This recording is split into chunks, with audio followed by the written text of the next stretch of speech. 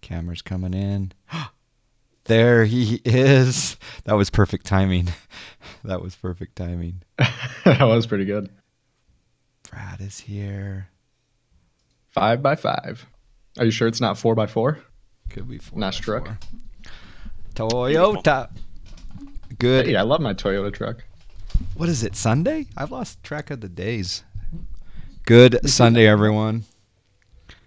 This is, what is this? This is PB&J Streamcast, episode 2. Take one. Puck was a little bit one. late on the peace sign, but hope He you was. guys, yeah, he was a little bit late, but it's okay. Yeah. More coffee. Whatever. Yep. Yeah. On the way. Hope you all are doing very well. Very excited to be here. First and foremost, we need to just let you know that !ask in the chat will bring up the link to submit your question. We already have 4 or 5 questions in the queue, and we're excited to be here. How are you, Puck? I'm alive. I'm living. That's about that's the best I can describe it. Alive and living. I like it. How about you, Brad? Fantastic. Cup of coffee. That's all I need. Doing pretty good. Pretty good. Pretty wood. Pretty wood. Do you ever cheer with coffee? Okay, cheers with the coffee. Yeah, usually the streams are a little bit later, so usually this turns into a little bit of a taller glass that's transparent and filled with a liquid that is for adults only. There you go. But there you go. This morning, just coffee, guys. Don't worry. Good morning. There you go. Dogo's got the emote. Yeah, that's the big nice emote. Yeah, that's the nice emote. Very nice. Hope you Yeah, guys so are don't all- forget, if you're going to ask questions, use that link because we're going to read the chat, obviously. But just as a heads up, we're watching that Google form link quite a bit where you guys can ask all the questions that you want to. So we're keeping an eye on that at the same time here. Yeah. Yeah, and another little just side note, I really do appreciate all of the subscriptions, the subscribes, the resubscribes. We've got, because this is the PB&J Streamcast, I'll have the alerts turned off. They're up in the corner, but I won't be able to acknowledge them during the talk show, but doesn't mean I don't love you. So thank you for that. Forgot the E in subcribe. Dang it. We got a subcrib. Subcrib. Thank you, Puck. I acknowledge Beautiful. you. Thank you, Puck. Appreciate that. Thank you. He wants that PB&J emote. He needs it. He needs it in his life. Yeah. Still got it. So we're going to get right into it here? I think we should. All right. Well, we have our first question this morning coming from the wonderful Daniel Kemalayer, if I'm saying that correctly. Daniel, if you're out there, good morning to you. First of all, asking us, the PB&J crew, who the top 5 streamers are in the flight simulation community. Wow. That's a very good question. It's a very good question. It's also very related to our subject, right? So we're going to go off. To me, I'm just going to go off of. I'm going to use average viewer count as a metric, but I'm also going to take into consideration just some quality content, right? So in my particular list, I will order these. We're going to. Yeah, let's just. This is my order this is the order that I came up with. So thank you very much for the question, Daniel. I think number 1 is Chewy. I think Chewy's got the he's a great streamer, and I put him number 1. I would say that Matt Davies is number 2 as far as just the size of the community. Cat Strader, Blackbox 711, and Durka Durka is my top 5. How about you, Puck? You know, I'm more. How do I say this? You have to exclude us. You can't have. I know. I would. I mean, of course, I would say you guys, because you two are the only 2 I really watch like on a consistent basis. Like if you're streaming, I'll be in there. I gotta agree with you, John.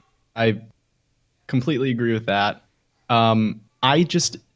Some of the bigger streamers I don't find entertaining because some of the stuff that I like being able to interact with the streamer. If you're with like Chewy or Matt, you really don't get that sort of interaction. I think you still get it with Black Box. because he like actually teaches you along the way.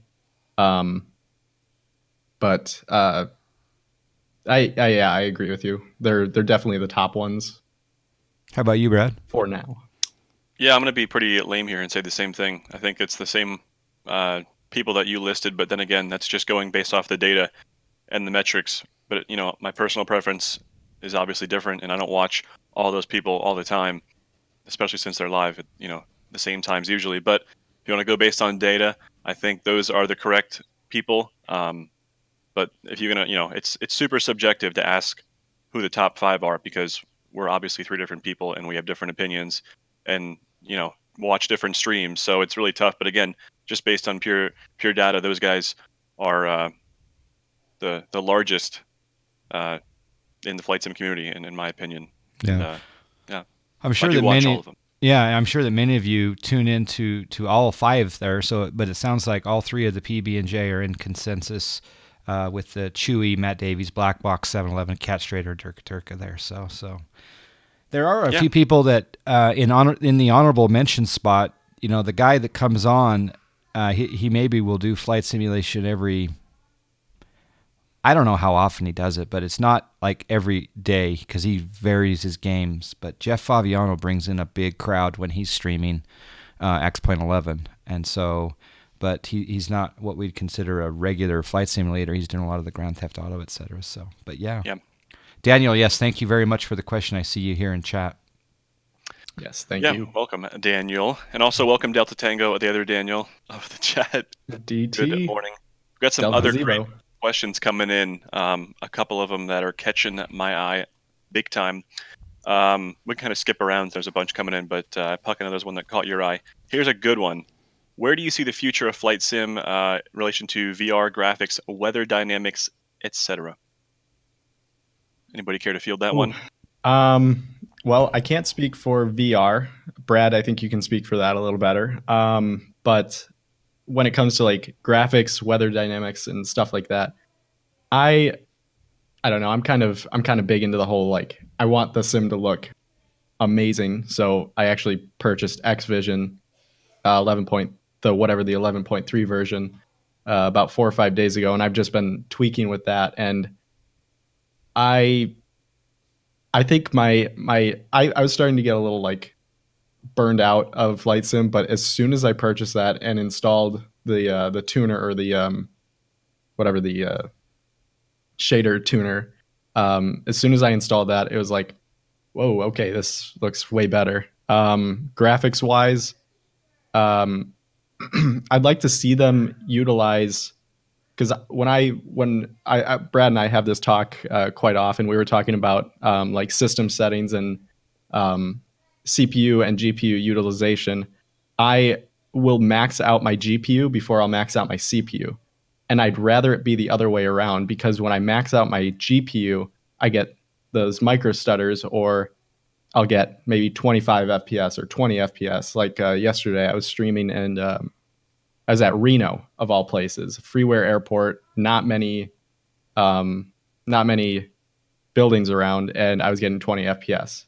And so I think they just need to find a way to utilize the computer a little better than what they are now, because I feel like a lot of it is wasted, because I see people with 1060s who are running maxed out and they're getting the same FPS that I'm getting with a 1080, if that makes sense. But what do you guys think? Yeah, go ahead, Brad. You're muted. No, I'm not anymore. Sorry. I had to cough, so I muted it. Puck is now dying laughing.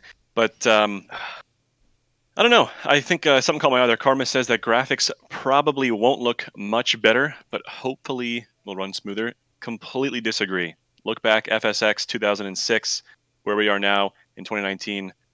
Imagine what it's going to be like in 2025, right? Further down the road. That's obviously things will never deteriorate, right? You can't produce games that look the same, right? I mean, of course, performance will increase, but I think that graphics still have a long way to go, especially with the optimization factor. But yeah, where do I see the future of flight sim? I just hope that, we can have an awesome looking sim like the rest of us, but have it perform very, very well. And I think that maybe transitioning over to the the Vulkan engine will allow such changes to be made. Not sure what the time frame on that transition is supposed to be, but I think that's kind of the whole overall goal, is everybody that can just kind of have even a medium end PC can run a flight sim that looks great and runs great at the same time. Because of course we're going like just balls to the wall, just spending tons of money, spending tons of time tweaking our sim to make it look and perform well, when ideally we'd like to have that happen out of the box. So Yeah. that's what I hope to see. Yeah. I hope to see out of the box eye candy and Yeah, and two of those questions kind of melted together there. We talked about the VR a little bit on episode 1, and Brad read my mind because we're connected. The one thing that I want to see is the improved resolution for VR before I take the plunge. But I did watch a video 3 or 4 days ago in the new Caronado 172, and someone was doing VR and showed a presentation of it, and it looked pretty good. Now, again, it wasn't a live stream; it was a recorded video where they could switch between VR and not, and so it was easy to stay tuned and not be seasick or whatever. But I really want to see the VR enhancement.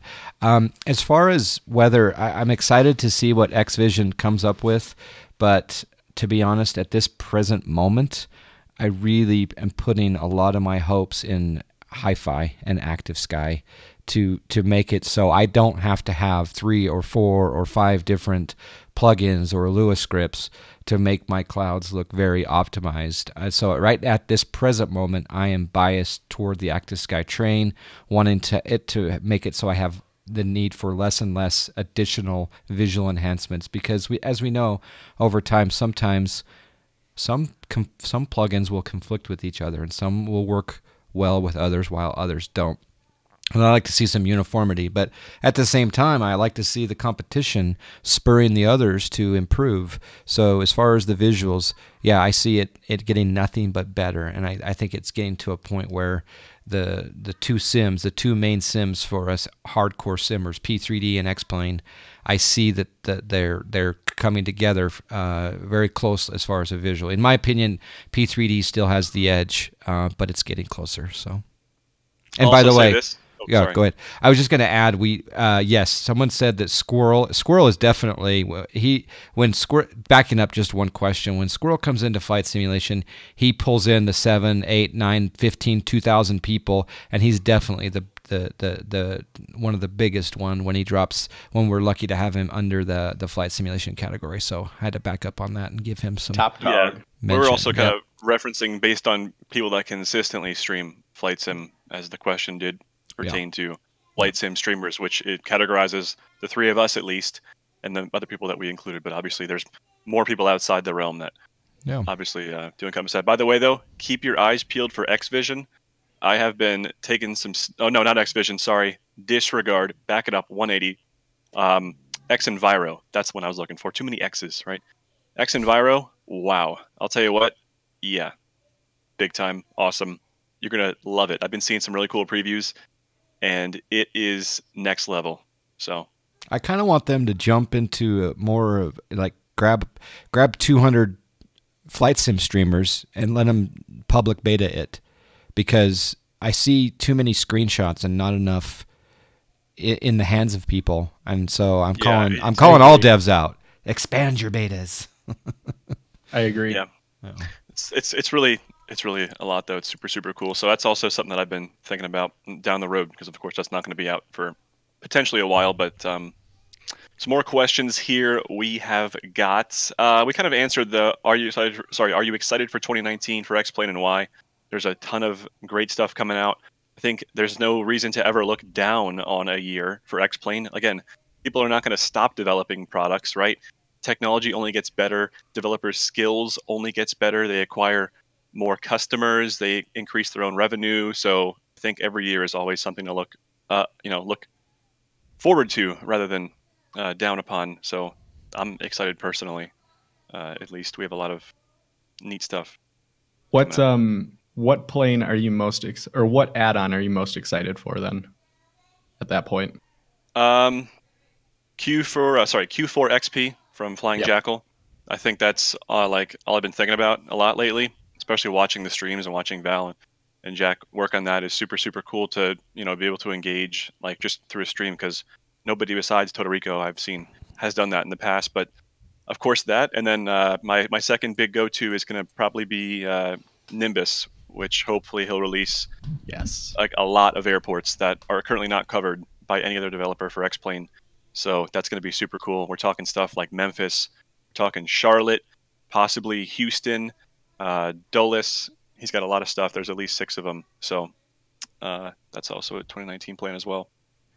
Yeah, go ahead. D. Hendy actually said something. I think Flight Simmer's beta testing stuff is a terrible idea. If they hate the product if the product is still looking sketchy, and also people say, oh, that's buggy. Yeah, I agree with that. But at the same token, you're never going to get the full grasp of what needs to be fixed or what needs to be changed in the eyes of the general public, or the people that, I guess, everybody on Twitch is not everybody that's using Flight Sim. If there were only 600 or 700 people using Flight Sim, we might have an issue. But I think it is a good way of getting people to, I guess, see the product. And I've beta tested a few things for some developers, and yeah, I didn't like it. I would say something like, oh, it's definitely not here. It's not good enough in this sort of aspect. But I think getting the people out there and doing it. What happened with Chile? Here's my take on that. I was part of a beta team for a very large large aircraft release, and there were probably maybe 20-25 beta testers. And there were people that weren't able to always fly, and so it was a time thing, right? You expand that beta team to 100 people, you are going to get 4 times the amount of feedback with regard to issue. Now, there's a difference between beta testing and showcasing. When a developer feels that their product is ready for a stream, they'll give permission for it to be streamable. So keep in mind, there's a difference between beta testing and showcasing. Now, granted, we as streamers, when we're fortunate to get our hands on a beta copy, we do find issues that are reported, either maybe from the streamer himself noticing it or someone in the chat noticing it. So there is a lot of value in Twitch and YouTube live streaming with regard to finding and pointing out and getting it listed as a bug fix need. So I don't think that I think the teams need to be bigger, and I guess I just don't know anyone that's testing X and Viro on a regular basis. They're not in my circle. Maybe you guys do, and I'd like to see. And I'm not picking on X and Viro only. I'm just saying developers consider quadrupling the size of your beta when you're ready for more and more feedback before release. So yeah, I concur. Yeah, also D. Hendy saying that it's more of how they stream it in what state. So that's, of course, a huge discretion in regards to the developer, right? They should do their research, see who they're giving the product to, right? And of course, it's up to the streamer to maintain a neutral attitude, to give, unbiased feedback in a way. And to, again, if you're showcasing the product, that's what you're doing. You're doing that as a courtesy to the developer in exchange for a review copy. But if you're just simply getting a beta copy because you signed up and they said, okay, sure. I mean, again, they have to be careful with who they choose, and people are very opinionated sometimes, me included. But if I pay for a product, I'm either going to trash it or not, right? I mean, if I like it, I like it. But if I don't like it, I'm going to tell you. Like, you know what I mean? It's cool that you guys respect our opinions enough to say, hey, should we buy this? And it's like, well, if you're asking our opinion, then it's etc. Yes or no, basically. And I think a lot of it comes down to professionalism too. Like, as a streamer, if you're a streamer with a big audience, you want to be able to give you don't want to give a biased opinion. So I think, and a lot of it comes down to also with that professionalism. I do all the time. A biased or unbiased? Oh, I give a biased opinion. Yeah, but unfortunately, I just do. but I think most of the stuff that you preview is already released stuff. So, like when you look at the beta stuff, I think if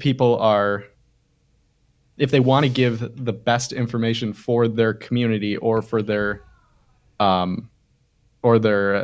whatever, anybody who's watching their stream, I think they need to give the most unbiased opinion they can. Like, I am not a fan of some plugins, but some plugins I am. So I'm not going to trash one over the other. I'm going to trash them both if I have to. Yeah. But well, I think we all three of us are X-Plane biased. I'm just gonna say that right now, and we're gonna try to incorporate more P3. But backing up just a second, and then Brad, don't forget that thought. I didn't get to answer the most looking forward to add-ons. I'm in agreement with you guys. The Q4 XP is super exciting. I'm also looking forward to the next citation. I don't know who's going to bring it out first, but I'm excited about whatever the next citation might be. It might be. Well, I don't even know who it's going to be, to be honest, because there's like two or three that are developing different citations right now. I think Coop is just about to launch that pocket rocket. If not already, he did. So I hope that maybe his citation's up next in that rotation. But yeah, I don't know. Beyond that, I'm going to say the Orbex airports. I'm excited about all of the conversions. Wow. I'm excited about... A lot of money. I'm super excited about the Pacific Northwest Orbex True Earth. Now, that's down the road a bit further from what it sounds like. That's going to be... well, they have a lot in their own plate, to be honest with you. I mean, they haven't even really touched the U.S. in terms of that market at all, right? I think Great Britain North comes out soonish, and then I think they're going to do Netherlands, maybe Ireland, and then PNW. But it's coming, so I'm excited. Now we also have the global textures coming from them, in addition to short final designs. Now also with his new payware texture replacement. So a lot of stuff. But those airports, there's so many airports from Orbix. It's going to take a long time. They did mention that Eagle County is coming soon. That's on their short list for the U.S. So fingers crossed, because that's just epic. And a small tangent. While I was in my little hiatus from the world, spending time with the family, I heard news that there's now a plugin to watch real live traffic on X-Plane, like live traffic, like in the sim. There's now a plugin for it. Isn't that just like World Traffic 3? Isn't that no, but it goes off of real world ADSB data. Really? I don't know. Right there in the chat. Look this up right now. In the chat, right there. So it's available now, but I'm looking forward to the development and refinement of that plugin, because we finally have something where we can sit there in the background of a PB&J pod Streamcast. We can have Los Angeles or Salt Lake or New York or Denver, wherever, and real flights coming in and out. So it has. If you guys would like that, do let us know. That seems like something cool, just to watch planes come in. So it's not World Traffic. It's not World Traffic 3, but it's. They're using CSLs from Bluebell, I believe, but it's basically it's taking what you see on, say, FlightRadar24.com. It's taking real world ADSB data and injecting it into your X-Plane.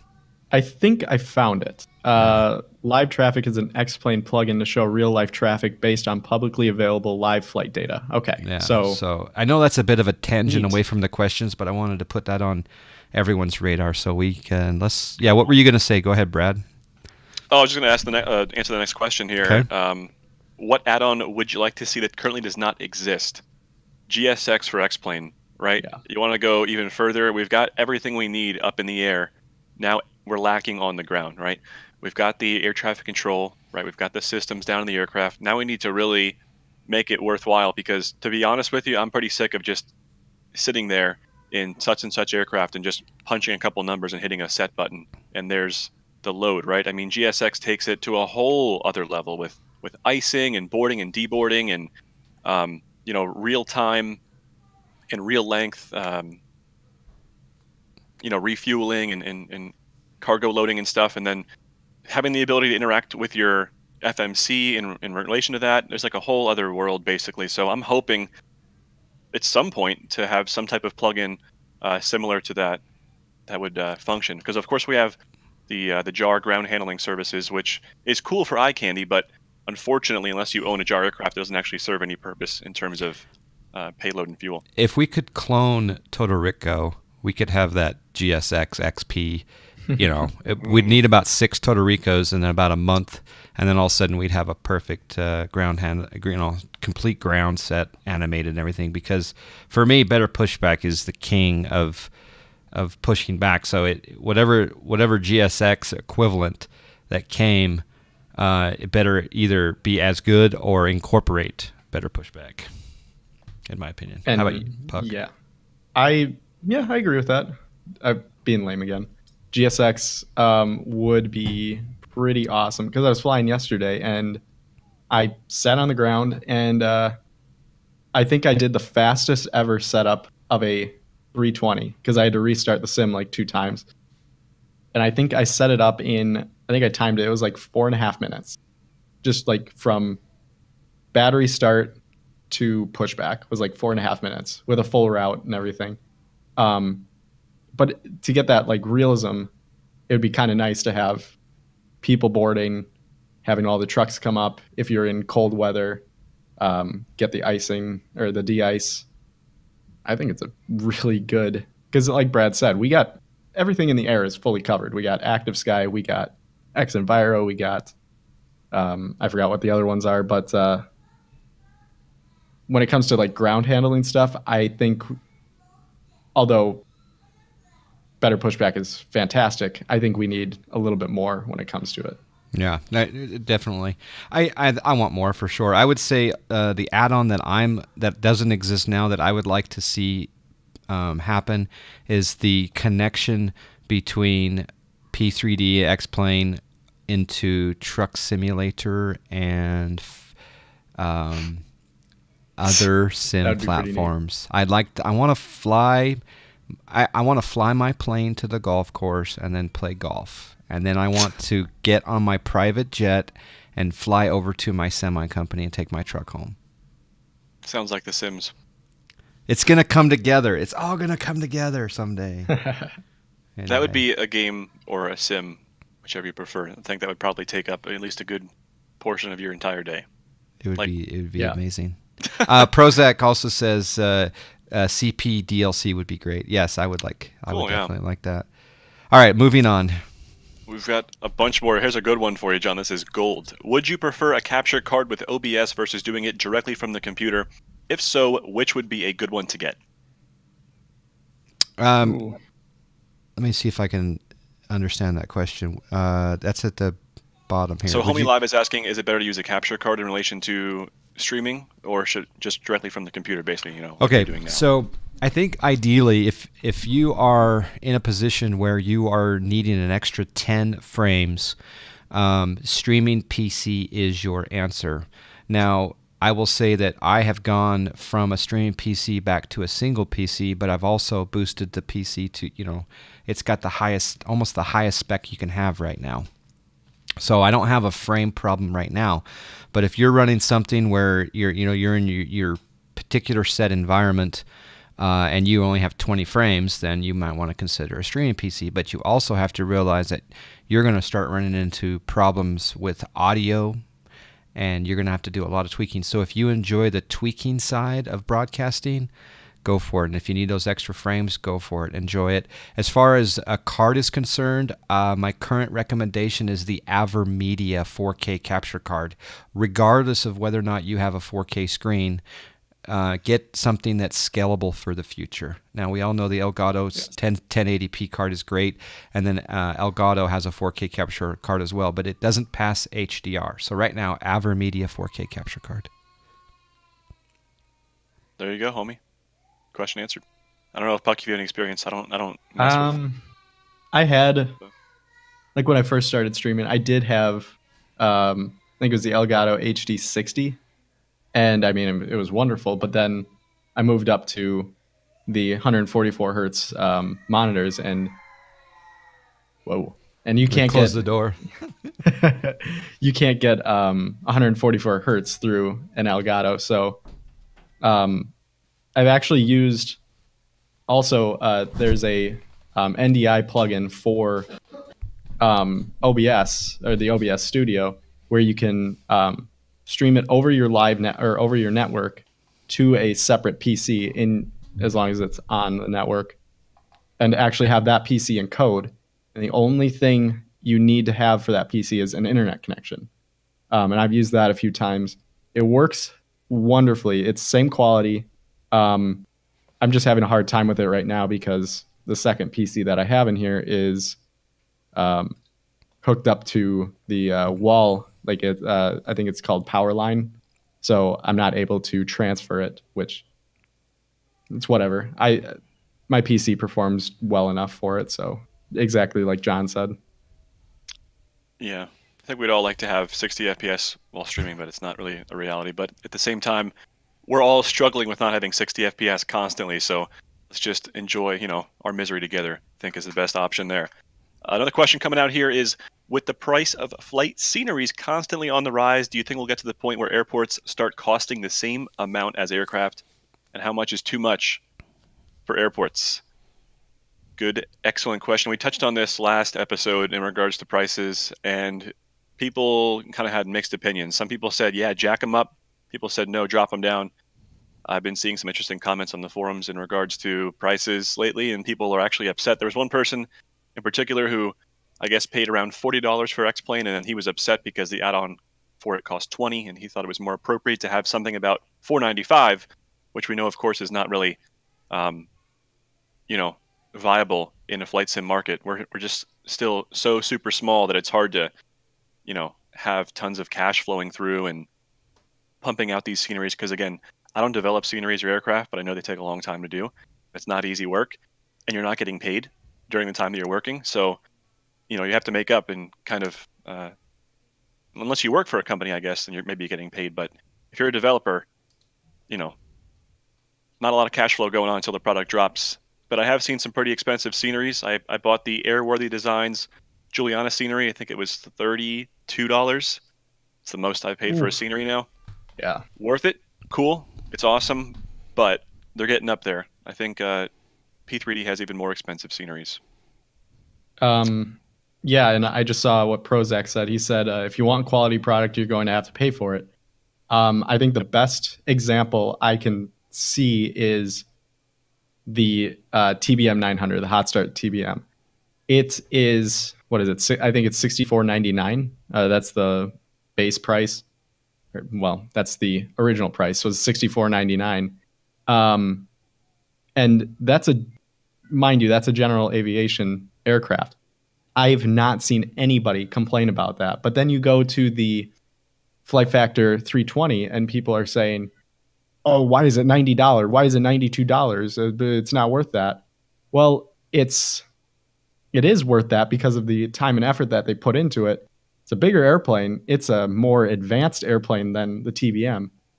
Yet the people are fine with paying $20-something less and getting a general aviation aircraft. Mind you, the TBM is fantastic, worth every single penny of it. It's kind of just what you're willing to pay, really. That's kind of how sceneries go. That's how airplanes go. The plane is only worth as much as you're willing to pay. So, yeah, that's my thought on it.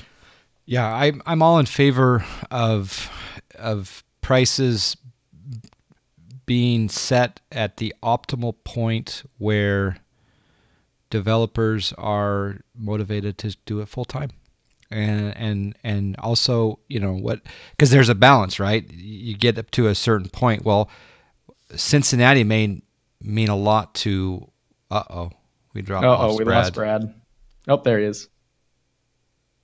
Hopefully, he pops back there. That is the word. That is horrific. He's back. All right, there. We're good. Discord crashed, I guess. I don't know. Yeah.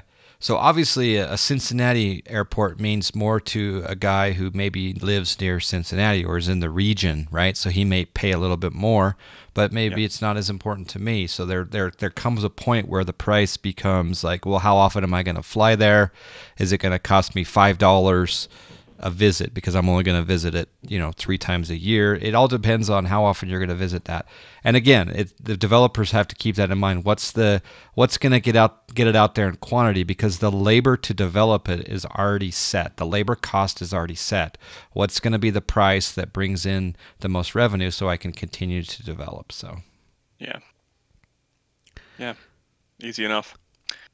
Easy enough. We have some more questions here. You guys ready for some others? Sure. All right, we have one here from Prozac, wonderful Prozac, asking, do you all look for the most realism to what it's like in real life, or looking for a good flight experience? Ooh.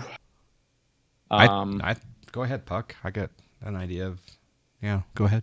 I mean, I think it's definitely, how do I say this? It is nice to have the optimal like realism, whatever, make it look fantastic, and do all the like abide by all SOPs and make the flight dynamics like perfect. But I really like how it looks. Like I'm kind of I like looks. And I just like having fun with it. Sometimes I'll be like serious. Like last night I pretended to be serious even though I didn't know like anything. And it's just kind of I don't know. It kind of depends on what you want for the night. That's how I do it. So based on what I'm flying or who I'm flying with, I'll either be serious and realistic, or I'll be fun. We'll go direct to this waypoint or whatnot, sort of deal. What do you think, John? I like the option to have a particular flight be more realistic, right? So if I choose, it's very rare that I will ever pull out a checklist in a general aviation aircraft. I pull out my checklists for my tubes. Some of you guys don't use checklists sometimes for tubes or jets, but for GA, I very rarely pull it out. I would like a GA aircraft, though, to have the ability for every knob and every dial and everything to work. So if I were to go through the checklist and I were to fly it by the book, or if I were to fly it like I was actually in the plane and my life depended on it, I had a loved one in the back seat or whatever, I like the option of having as much realism as I possibly can. And that's why I appreciate the real world pilots out there in our streams that help us with, well, really the procedure should be this, that, or the other. And I also enjoy throwing out my videos onto YouTube where I completely go way off the books, and people are like, you were not supposed to do that. I like those comments because and I don't even respond sometimes. But the other day I did a very, very steep approach into an airport, and someone was like, that wasn't realistic. You're not gonna dive in at that speed. Yeah, you are. In some situations, you can if you want to. I've done a steep approach in a Piper PA-28 into the real world Oakland, and I was 115 knots over the threshold. Who cares? I landed mid-runway with my instructor, just to practice those situations where you needed to get down quickly and then bleed off your speed along the way. That's just one example. So I like the option of having realism, but a lot of the times I'm not very by the book. How about you, Brad? I like the realism. Yeah, if I'm going to sit here and invest a couple hours of my free time in flying a plane and streaming and stuff like that, then I want it to be as authentic as possible if I'm flying an airliner, right? I want to try to be as proper as possible and follow the procedures, not necessarily an SOP to a specific airline, because at that point, it's kind of getting to be a lot to memorize specific SOPs. But yeah, I like it to be as realistic as possible, and try to follow procedures and stuff like that. And that's why I do it, and that's what I find fun.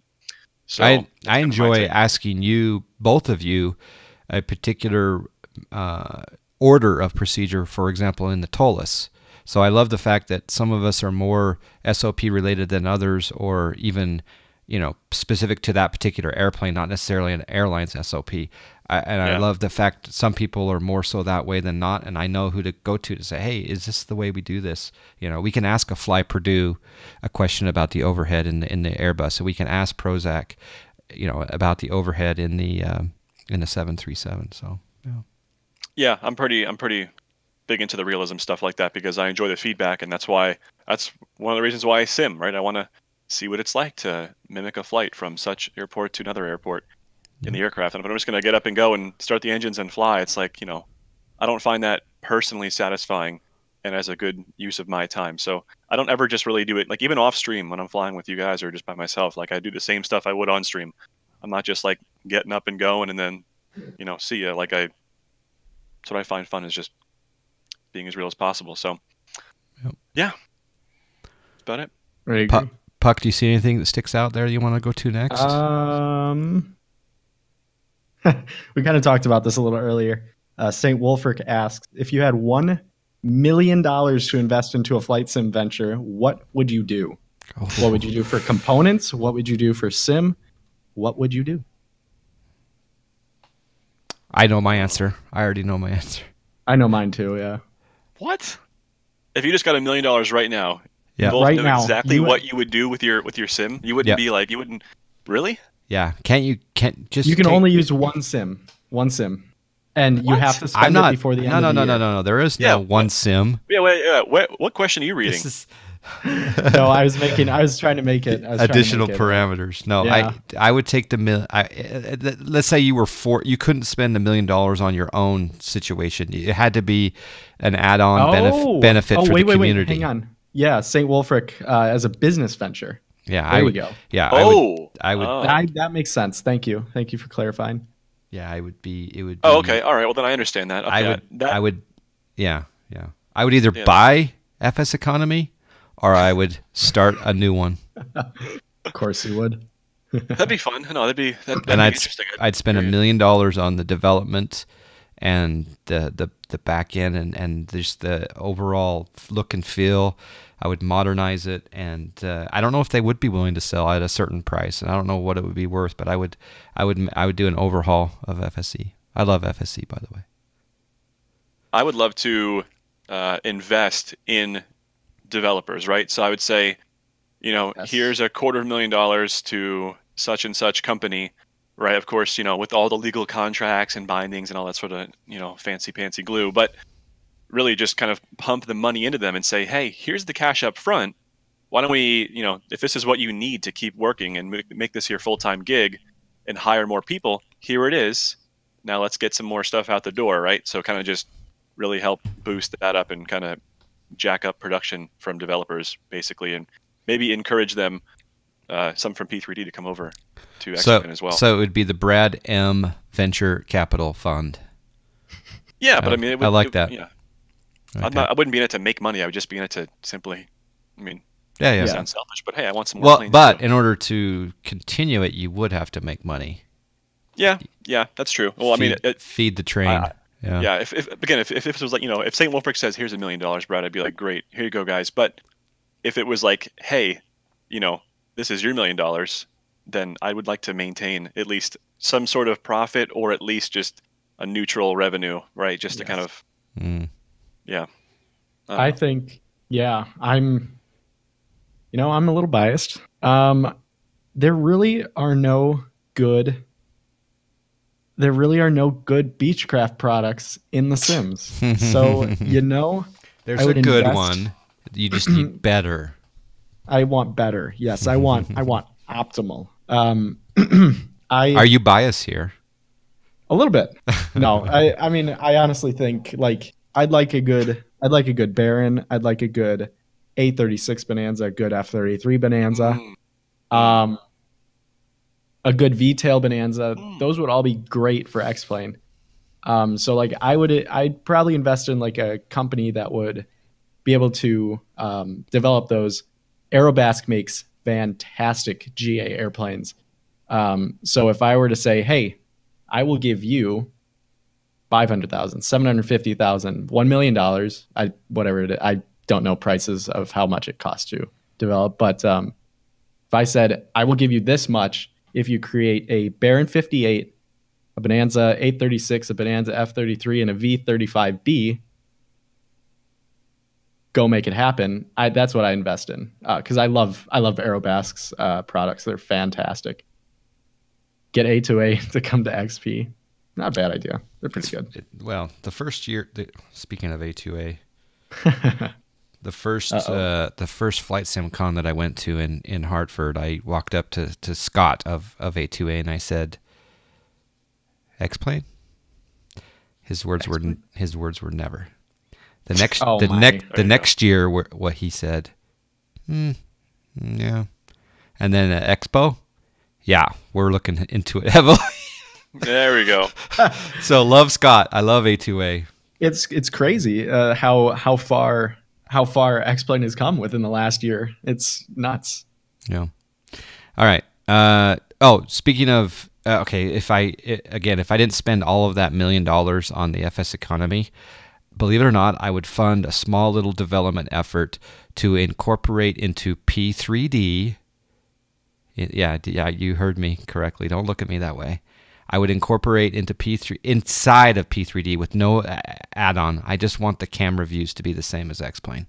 I want the. I'm with you. I know right now that the front, the big dog with P3D is chase plane. Chase plane is way beyond just those those views that we need in the cockpit. I want it to be embedded in. I'll use chase plane. I love it, but I want it just to take that 10 key and be able to switch between the 10 different views natively inside P3D. Yeah. Yes. That'd be kind of nice too. Not that Tom wants better P3D. Yeah. Here is a great question for us. What are you best at in teaching your individual X-Plane audiences during your streams? Oh God. Nose goes. I gotta think. All right, I'll take it, I guess. Take it. All right, so pretty much, I think that what I work well with when teaching people is kind of the overall operations of the aircraft. Now, I don't do things again per an SOP, but we do get to point B from A safely, right? Well, most of the time, but know how to fly them. You guys ask questions. You're like, I can't figure this out. Boom. Here's how you work the FMC. Just easy stuff like that based on the way I fly it. Also, I like to think I'm relatively proficient in the back end stuff, getting your guys' sim fixed, running nicely, that sort of stuff. So I think not just, the planes themselves, but actually the behind the scenes, hey, this is broken, or hey, this isn't working. I have a pretty good understanding of what works and what doesn't at this point, I like to think. So that's something I'm lucky to kind of know, just how to make you guys be able to enjoy your sim as much as I enjoy mine. Yeah. Yeah, I think that a lot of my content it's funny. I'll fly the same plane, I'll fly one plane and I'll fly it again 3 or 4 weeks later. But every time I fly that plane that I don't fly regularly, it tends to be almost a first look. So people get to come in, and it's almost like they're looking at it with me for the first time because I'm refamiliarizing myself with what buttons are where. That just happens when you stream so many different planes. Yeah. But there are some planes that I know better than others. And obviously I like to teach people about Pilot Edge, and I like to teach people how to do the number one add-on of any flight simulator. That's what I like to stream. Read the question again, though. There was something. It was basically what are you best at in teaching your audience? I would say that. Yeah, I would say that I'm pretty dang good at the Skyhawk. I will say that. Not that I go by the book, but I'm pretty good at teaching that plane. When people ask, what do I do when I first get into X-Plane? What do I say? I say, start with the Skyhawk and just go very basic. The Sky Chicken. Yeah. Yep. Yeah, I'm with you on that. I think I'm definitely not proficient with, like, when it comes to transport category or tube liners. Everybody's like, oh, you're doing this wrong. And I'm like, I don't care, because I don't actually know. And I don't really take the time to read so much of the like SOPs for companies or checklists or whatnot. I just pretty much get in the plane. I know how to start it. I know how to run it. I know basic systems. I'm not like super advanced into the systems, but I know how to make every system do what it needs to do. I think my strong suit with teaching or discussing or learning together with the community is I'm really good with GA stuff. I guess I'm commercial multi-engine rated. I own my own plane, so all of the general aviation we're talking, stuff. folks. Real world. I'm not a sim, an SATP like Mr. Brad M over here. I'm almost an SATP. Almost. You're getting there. You're getting there, John. But yeah, I think it's mostly just about like real world, like IFR stuff or VFR, GA stuff. Like I was flying the Bonanza yesterday, 2 days ago in the sim, and I was showing everybody the effects of losing an engine when you're on, like, let's say about to turn base, and you lose an engine. You're supposed to make sure that your gear is up, because the glide ratio on a Bonanza is like throwing a brick out the window. That's where you're going to land. So sort of that kind of stuff, just the nuances of GA or flight training and stuff like that, because I've pretty much gone through it all. So yeah. Plus practicing my CFI skills, because I'm becoming a CFI now and I need help with that. Can I move to where you are and just take lessons from you at a discount? The family discount. 5%, a 5% discount. Yeah. Yeah. There you go. I think we missed a question back a bit. I think it's from Tylenol. Do we have plans for VR, or do we own it? I own it. I don't think Puck or John own it. I enjoy it. Again, it's something that you have to be in the mood for. It's kind of one of those things where, like, for me at least personally, here's the problem. It's logistically setting up the VR for me. I have a very large desk, but it's the sensor placement that kind of turns me off, because if your sensors aren't in the right spot, it makes you experience really, really awful. So I wish it was kind of like TrackR, where you just had, one big node to track your movement, but you have to have multiple. So logistically, it kind of stinks. And of course, wearing the headset's a different feeling, but I'd recommend VR if you have the chance to get it. It usually goes on sale around Christmas time, Black Friday. Oculus Rift for X-Plane, hands down best choice with the touch controllers. It's fantastic, and I think moving in the right directions pretty soon, where we're going to have a lot more interaction. I know the GTN 750 just dropped an update. You can now interact with that in VR. And also, maybe someday soon we'll have gloves to be able to have, individual fingers touching buttons and switches. But it's a whole different feeling being inside a 737 in VR versus 2D. So it's a good investment, but be wary of it. Do your research. Try it out if you can. If you have Amazon, you can buy it and then return it after or before 30 days. So no harm in that. But that's my take on VR. You guys considering VR? Either of you, John, Puck? Yeah, absolutely. I in fact, it's just a matter of, it's not a matter of if, it's a matter of when for me. And it's a matter of, do I wait for higher resolution, or do I just pull the trigger now and lower my expectations from the visual quality? I think I've got the PC for it now. I think that it's the issue that I have, and I've talked about it before, is that it's hard to stream. And so a lot of times when I'm simming, I want to stream and I want to fly with people in the chat room and group flights, etc. So if I do get it, how do I incorporate that into the stream? And because right now I don't really stay long on a VR flight simulation stream. I just maybe it's just too much movement, and it's I don't know. I just don't do it right now. So how do I incorporate that? And maybe that'll become more friendly in time. I talked about it last episode. If some of the viewers could also have 3D goggles on and be doing it with me, that'd be pretty cool. Yeah.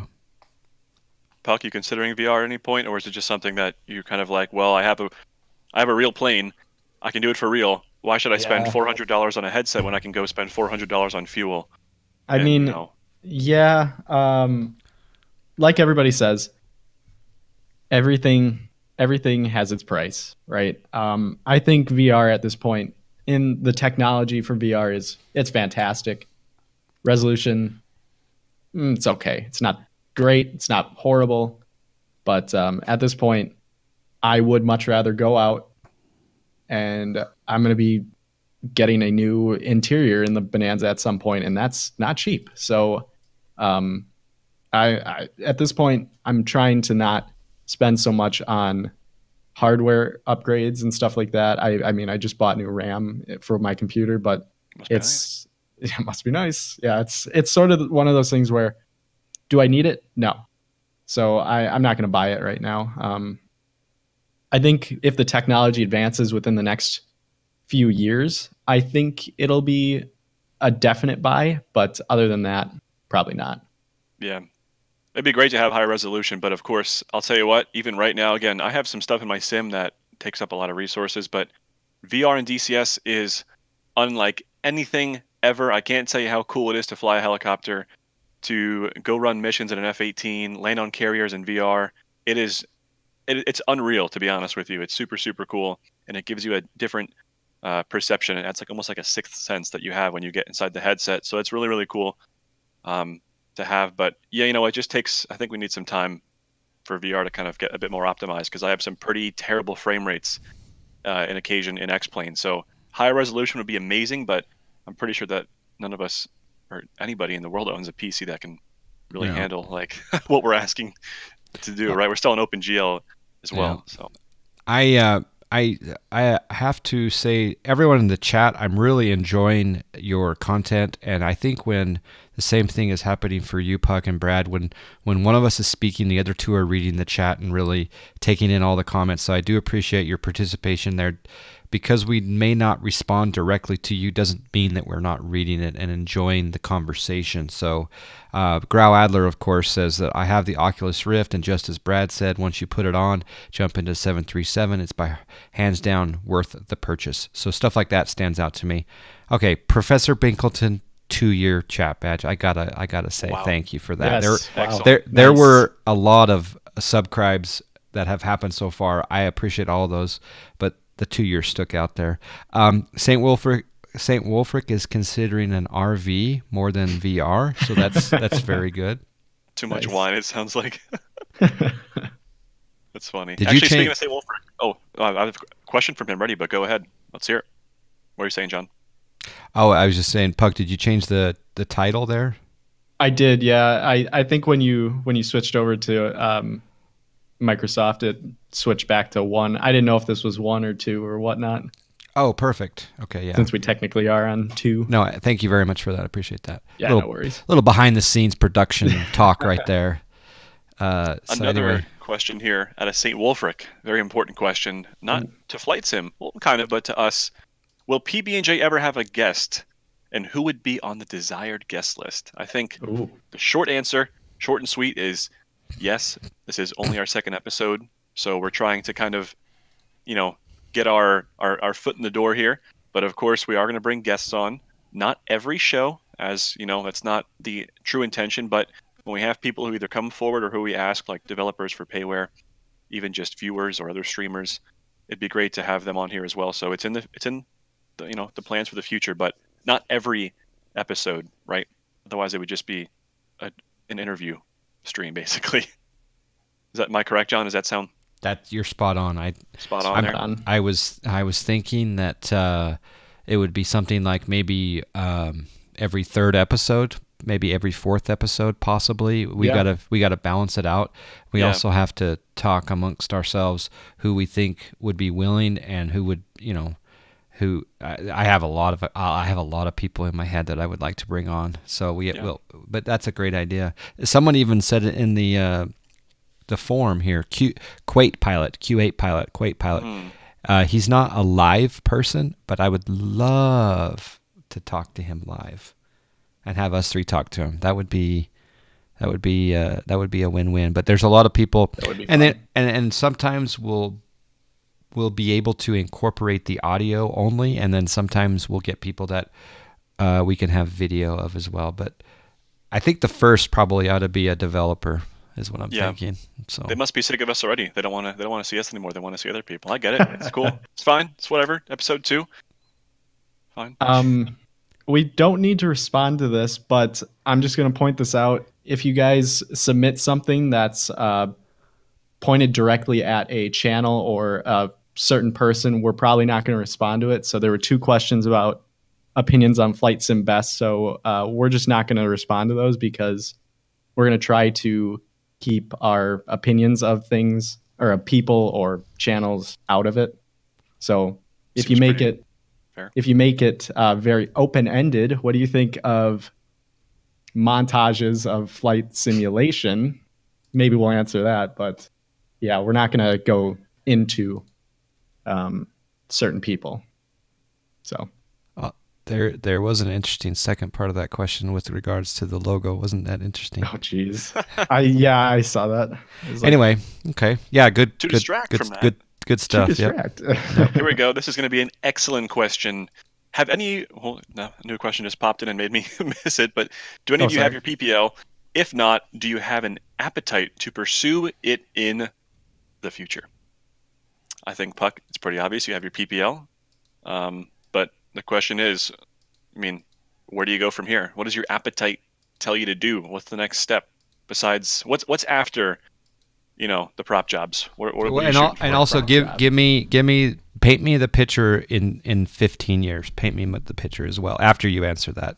Oh, geez. So I'll just start from the beginning, I guess. Got my PPL before I went up to school at the University of North Dakota for commercial aviation. Got my instrument commercial multi-engine rating. Got my multi-engine back in August. I'm currently a CFI student, so I'm working up to get my instructor license. I figure my father and I figured I'm not going to be able to, if I start instructing, because I won't be able to start instructing until August. We decided we're going to purchase an airplane that we both can fly. He's going to get his instrument rating. I'm going to fly it until he does, or until I can't fly it anymore because of either instructing or I'm at a regional airline. So with my commercial degree, I need to have 1,000 hours of total time before I can go off to an airline, or 950 or something like that. So I need to fly the prop jobs for another 600 hours, I think. So half of that's going to be instructing, half of that's going to be in the Bonanza, and then from there, hopefully a regional through Delta's Propel program. Maybe go off to Endeavor or SkyWest based out of Minneapolis. It looks like that's probably the route I'm going to go, since I'd rather be Midwest based, or Northern Midwest, so Minneapolis pretty much. And then, as John was asking, 10 to 15 years out, I hope to be a captain at Delta. I don't know if I'll be a captain, but probably a first officer on probably the 320s or whatnot. Because I believe Delta's starting to transition more into the Airbus side as opposed to Boeing. They're getting A350s. What else are they getting? They're not getting new 777s. I don't believe. 220s, yeah, 220s for sure. That'd be a fun plane to fly. The 220s are beautiful. We need that for both platforms, sim platforms. Well, there we go. I was about to bring that up. Yeah, but that's one of those things where it's just like, it's so new. People are like, oh, when are we getting the 777X, right? It's like, they're not even in production yet, I'm pretty sure, right? It's like, we don't even have a real 777 for X plane. Like, that's going to be so far down the road. There used to be a team that was sort of neither here nor there, but they were, who owned the 220? Was it this? What was it?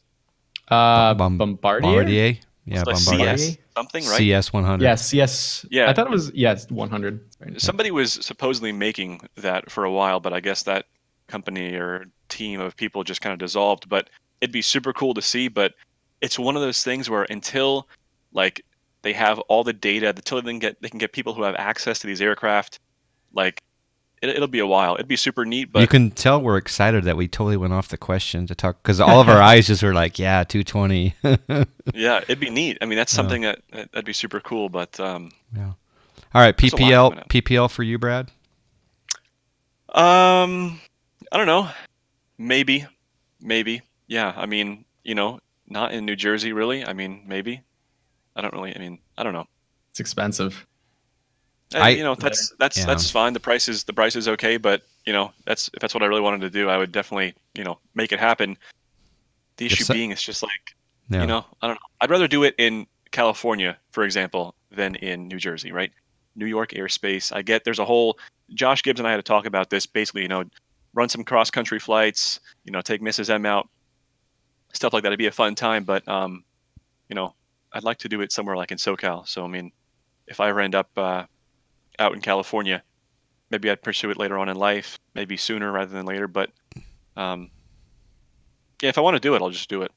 Be grateful that you can at least pass the medical. I Maybe cannot. I don't even know. Yeah, it's true. I can't pass the medical right now, and so I'm stuck with either I guess, is it called a recreational or is it a sport license, or are there two different? I think it's a light sport license, Yeah. and it doesn't require the full blown medical. So, if someone came to me right now, walked in the room, and handed me $25,000, I would start my flight training, this week. That's that. So to me, it's a matter of economics at this point. And when I say that, it's a matter of choosing where your disposable income goes, right? So I can do this or that or this or that, and then sometimes if you have more disposable income, then you're able to do that. But it is, even for the sport/recreational license, it is a commitment. It would still be. I think it'll still be $5,000. I think it still will be $5,000 to do that. So yeah, but I would like to, just not tomorrow. Yeah, Hadoken says take a discovery flight. I've done at least a dozen discovery flights. I've actually flown multiple different aircraft. So I've done all that sort of stuff across the different parts of the country, actually, which is what's super neat. That's how I mentioned SoCal in particular, because I like the visuals, I like the weather, I like this, I like the sights. So that's why I kind of mentioned I prefer doing it over there, especially after my flight with Josh was just something else. And it'd be a little bit more fun to say, well, make a run to Vegas, as opposed to, oh, I'm going to go up to Poughkeepsie, New York, or Rochester. It's like, yeah, I could probably pass on that. So I'm all right. I will say that it does enhance the quality of a stream if you do have that PPL, and so that hats off to all of you PPL streamers, including you, Puck, that bring into some of those real world scenarios and stories and stuff like that. I particularly enjoy that. So thank you. Stratman, this just popped out because he added me. So why airlines over corporate world? Honestly, I'll fly whatever pays me. I'm kind of weird. I'm kind of weird like this, where I like, how do I say this? Influencing? I don't know. I like being somebody people can like look up to. I don't know. That kind of sounds very arrogant, but I like the airport or the airline culture. Airlines do pay more, like Prozac said. He would know. But I will fly any plane any day if I get paid. If I get paid a decent salary, which at this point airlines are the way to go. Regional first year pay is almost up to $80,000 with bonuses and everything said and done. It's really the whole industry has changed within the last 2 years. When I got up to college, the way to go was corporate, because they were the only ones paying. So you go to a corporate job for 2-3 years, get your 1,000 or 2,000 turbine time or PIC time or whatever you need. Jump over to either a regional, or I guess at that point mainline was hiring at 5,000 hours or something like that. And it's changed in 2 years, where it's now first officers at SkyWest are making $40 an hour, and they're flying a minimum of 80 hours per month. So you think about that, and or did I say minimum? You have to get paid. I think it's like 80. You have to get paid for 80 minimum hours pay or is something 80 like that. hours. Yeah, minimum pay is 80 hours. So Or if you fly it or not. right, if you fly or not. So every month you get paid 80 hours, and it's $40 an hour. So think about that. And with bonuses, I've seen some airlines. Air Wisconsin has a bonus program where if you sign with them, it's $57,000 in sign-on bonuses.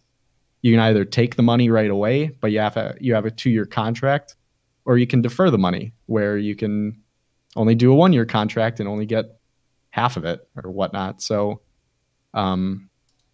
it's kind of, I'm not going to make any decisions until I have to. I'm going to sign up for Delta Propel if I get in. If I get a conditional job offer from Delta, that's where I'm going. I'm going to go wherever I get hired, pretty much. So Makes sense. That's the story there. Cool. Well, let's be brief with this question. Mr. Waffle asked, would you fly the Concorde in the sim if a decent model became available? Just briefly, yeah. If a decent model was available, why not give it a go? Why not give it a try? It's a pity that plane doesn't fly any longer. Some people blame it on that accident. Other people blame it on the fact that the sound barrier being broken is a sound issue for populated areas. I would give it a go. It better be decently priced. But how about you, Brad? Sure. Yeah, I try it. I mean, it's something that's one of those things that's kind of like a modern Marvel mystery, right? I got to see the Concorde in person at Udvar Hazy Space Center down in Dulles, right outside of DC. And I mean, of course, you see it, and I've owned, Flight Sim. I'm pretty sure Flight Sim 2002 included a default Concorde, but there's been add-ons over the years and stuff, and I've kind of like touched on those, with FSX. But seeing it in person, I was like, well, first of all, this is surprisingly small, and I mean, it's like a rocket. It looks like a little missile, basically. It's kind of weird, but I think it'd be pretty fun just to give it a go. I mean, they would definitely make some transcontinental flights a bit quicker. Yeah, I tuned in.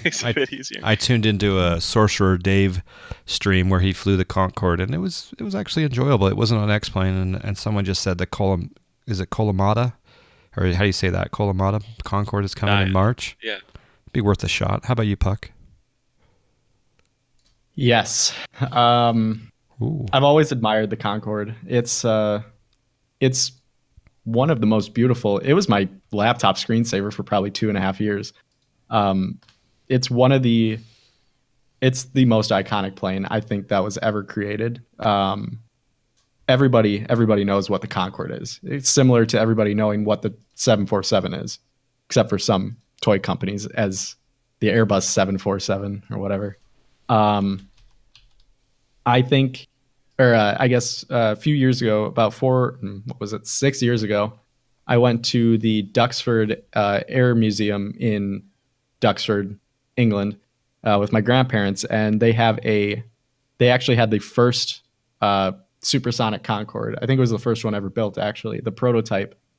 And climbing up the stairs to get into it it was cool to be able to look over at that swept Delta, what is it? Delta wing? Or what? I think that's what it is. And just knowing that this plane went Mach 2, that's kind of cool. So yes, absolutely. I will fly the pants off of that thing.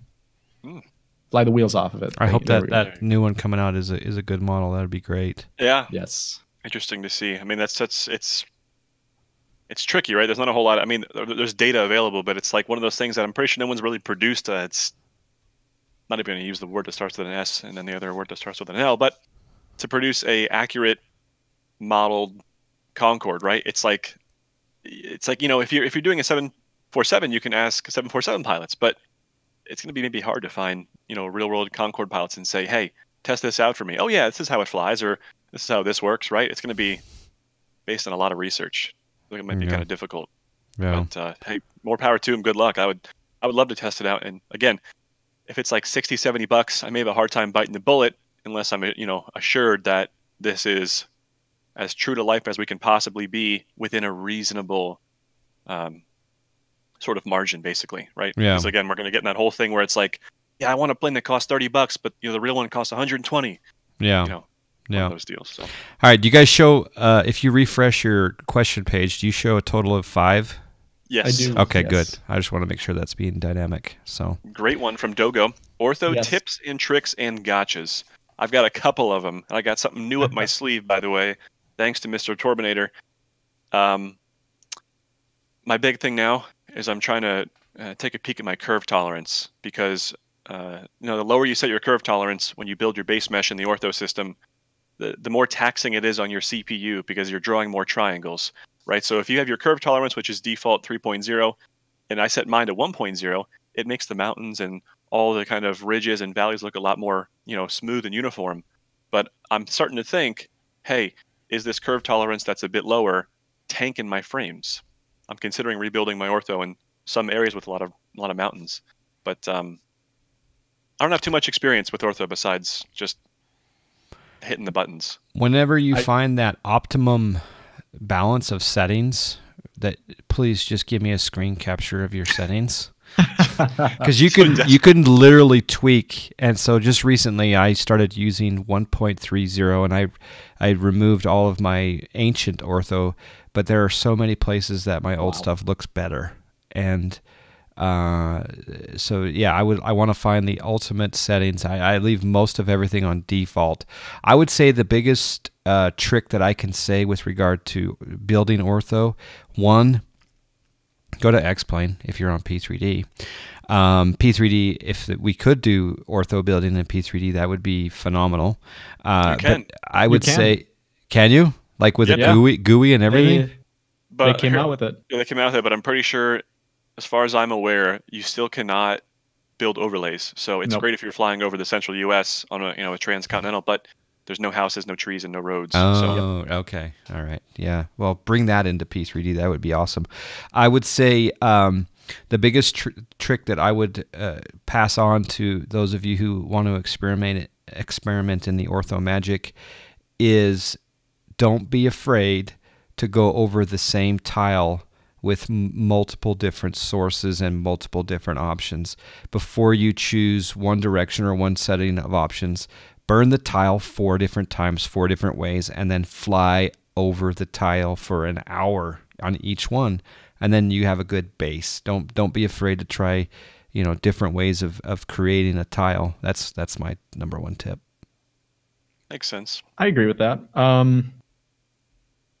I think for me, I'm on, John and I are on 1.3. Brad's still on 1.2, right? Yeah, I'm not going to rebuild everything. It's already all done. So it's kind of late for that. A lot, I guess, when I made the switch to 1.3 was when I got a new 8 terabyte hard drive. And I decided, you know what? I'm going to give it a try. So 1.3, I think, was the easiest transition I've had. I think it generates slower because it does do that those runway contours. But my biggest tip would be keep it simple, or KISS. Keep it simple, stupid, or stupid simple if you want to get offended. But it's one of those things where the more you put into it, the more things could go wrong. So I keep it simple. I think it looks fantastic. Just the basic. And yeah, what else? I would say that don't be afraid to use an external USB hard drive, because some people shy away from building ortho because they say to themselves, I don't have 8 terabytes or 4 terabytes or 10 terabytes or whatever. Don't be afraid to go out there and purchase a very inexpensive 4 terabyte USB hard drive and put your ortho onto that drive. It's going to be a little bit slower on the initial load time, but it's going to work. It'll work. It's better USB than not. 3.0. Yeah, 3.0. Yeah, it's not going to. And make sure that you plug into a 3.0 port, because a lot of motherboards will have 2.0 ports and not 3. Usually 3s are blue, right? And again, check your motherboard and everything like that to make sure that you can support it. But don't shy away from that. The other thing I would say is, in fact, you can run 2 or 3 external hard drives. You just do shortcuts back to your custom scenery INI file. Shortcuts.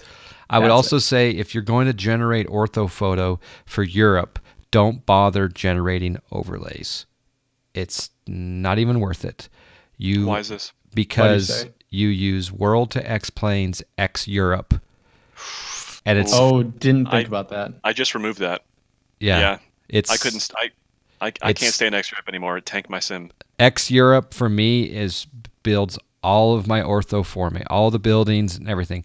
Maybe you were running both overlays and X Europe, so maybe just try X Europe by itself. Because if you really shouldn't have both, because they're going to conflict with each other. You're going to be double loading OSM objects.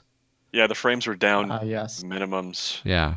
So I don't have any overlays. I have no frame problems, and we have very comparable PCs, so it's worth a shot.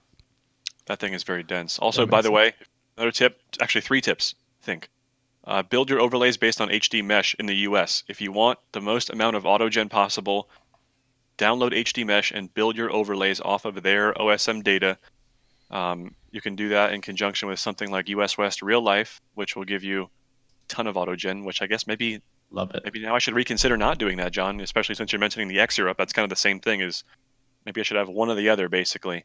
Yes, I think you should. Although I did run overlays from ortho as well as real life for a long time. But yeah, can someone in the chat please post a link to World to X Planes X Europe page, please? It's brilliant. And like I say, I think your frame hit maybe because you have both, but probably it'll be interesting to see the comparison. So don't forget patch files as well that come with airports. Yes. Those are very important. Otherwise your runways will get kind of. Unfortunately, you have to rebuild the tile with the patch file. Yeah. But yeah, it's just how it is. Brad, question for you. I actually have the same question that Karma is asking. So should I remove US West overlays and just use US West XP? Doesn't US West just cancel out the overlays? No, my understanding is that you build the overlays, which places the houses there, right? Right. And I'm not sure how it works, but the US West Real Life just takes the OSM data to a whole new level. That's what I thought. Adds even more of it. So right now I'm running both HD mesh overlays with it. I believe on the website where you can find the US West Real Life, I believe it's recommended to run it with that. It's also the same principle. There's another program that's called Orthophoto Trees, and wherever you have orthophotos, in whatever the OSM data detects as a forest region, it will add tons and tons of trees. So if you ever see Val's stream, he's got tons of trees everywhere. It's awesome. Yeah, I have the same thing. I'm not even sure if he has it, to be honest, but it's a game changer because as of right now, there's not a whole lot of trees in X-Plane, when in reality, there's. I know he has the Mr. X trees, whatever the trees are, but I don't know if he has what you were talking about, or is that the same thing? I don't remember. No, those are the trees. That's the 3D trees, but this will take a tile and it'll say, okay, OpenStreetMaps data says there's a forest here. So the sim will put trees, and it'll put Mr. X's 3D trees if you have Mr. X's 3D. Right. And by the way, Mike Zulu Hotel, I think you are incorrect, Mike. It does. I think the real life concept, and I'm pretty sure I'll have to double check, but I think it's supposed to add every single building, so to speak, that is there in real life, everything west of Denver, right? So I'm pretty sure it does add all the autogen in conjunction with with Costco's and Pizza Huts and stuff like that. But I'm almost positive that it. Yeah, I've seen that where it's added. But I think what he may be referring to is that it doesn't do roads. So when he says autogen, I don't think West Real Life does do roads, but I could be wrong. No. Well, no, the roads are just there. I'm saying I'm saying if the house is there in real life. Yeah. It'll be there in the sim, basically, because so overlays include roads. So it looks like to me you would need overlays as well as real life. Yeah, I guess that's true. Also, in regards to Ortho, there's a website. I think it's on the AppSim forums. There's a forum link that includes the best sources for every country in the whole world and what you should use and what's not good, what's cloudy, the percentage of cloudiness in the Ortho. Yep. I don't have the link on my hand, or off the top of my head or whatever, but it's a great tool if you're trying to experiment outside the US because, of course, there's a lot of options. I will say this also. For if I'm flying in, the UK, I'm not going to be using ortho anymore. No, Makes sense. It makes sense. At the present time, I have no motivation to use orthophoto because I am using orthophoto. I'm just using it in the form of Orbex. The color correction, the way that they blend, the tree height, everything. There's no way for me to go back to my previous ortho when I have Orbex Great Britain. Nope. So that makes sense. That'll be exciting to see that expand throughout the globe. But then it brings in the question, hey, should I pay $120 for this, or should I just get it for free and kind of just suck it up having some clouds and no color correction and stuff like that? Yeah, and right? well, the so auto. What's the reason people should buy it? Give us a quick. Yeah, what's your again? When I fly right now in my ortho-generated tiles, when I'm doing a pilot edge flight, I will fly over a tile line probably every half hour. I'll see a tile line where I see the same plot of land, the same level of land be two different colors because I just hit a tile line. And I could be using the same ortho source, and I'll still see the tile line, and it's like, ooh, nothing to see over here. Let's look over there. And then occasionally I've looked both ways, and it's bad in both ways. So there is that. They've gone through and painstakingly gotten rid, and everything's blended, and everything works well. But the autogen technology and just the landmarks that are included. It's just when I'm flying with Orbex Great Britain South and Central, it just looks so good, and I love it. So it is. But again, if you can't afford it, then we have options. So right. Makes sense. Here's a question from Chase Gaming. Given the now steady migration of developers from P3D to X-Plane, which I'm assuming is in regards to the Navigraph survey, what would we like to see most ported over? I think we kind of touched on what we'd like to see in the future, but I mean, think about from P3D. What do you want? What do you want that? Well, we already have that, right? Yeah, Orbex is coming over time, slowly. Obviously, we want the PMDG stuff. Yes, we want the 747. We want the 777. We would love the A2A stuff as well. But those are the big things. We think Active Sky will eventually get to the equivalent of P3D. But if you switch that around, we got a 2-year subscribe. Can I just welcome back? Thank you for the 2-year, Rod. I do appreciate that, and thank you to all the subs. Thank you. We're not able to see and address and acknowledge all of them during the talk show here, but as far if you reverse it though, I would love to see some of the aircraft that we have in X-Plane over into P3D. That would be nice. I won't go into which ones I want, but I would like easier. I would like to have ortho. I would like to have P3D ortho options with autogen technology. Absolutely. Yeah, I think. But here's the good thing though is. I think everyone's kind of just realizing, hey, there's a market for it, right? I mean, now we have potentially Flightbeam considering their Portland port over, if all goes well with their formulas they apparently have and they're calculating it with. Also, now we have ImagineSim coming over, giving us Austin very soon.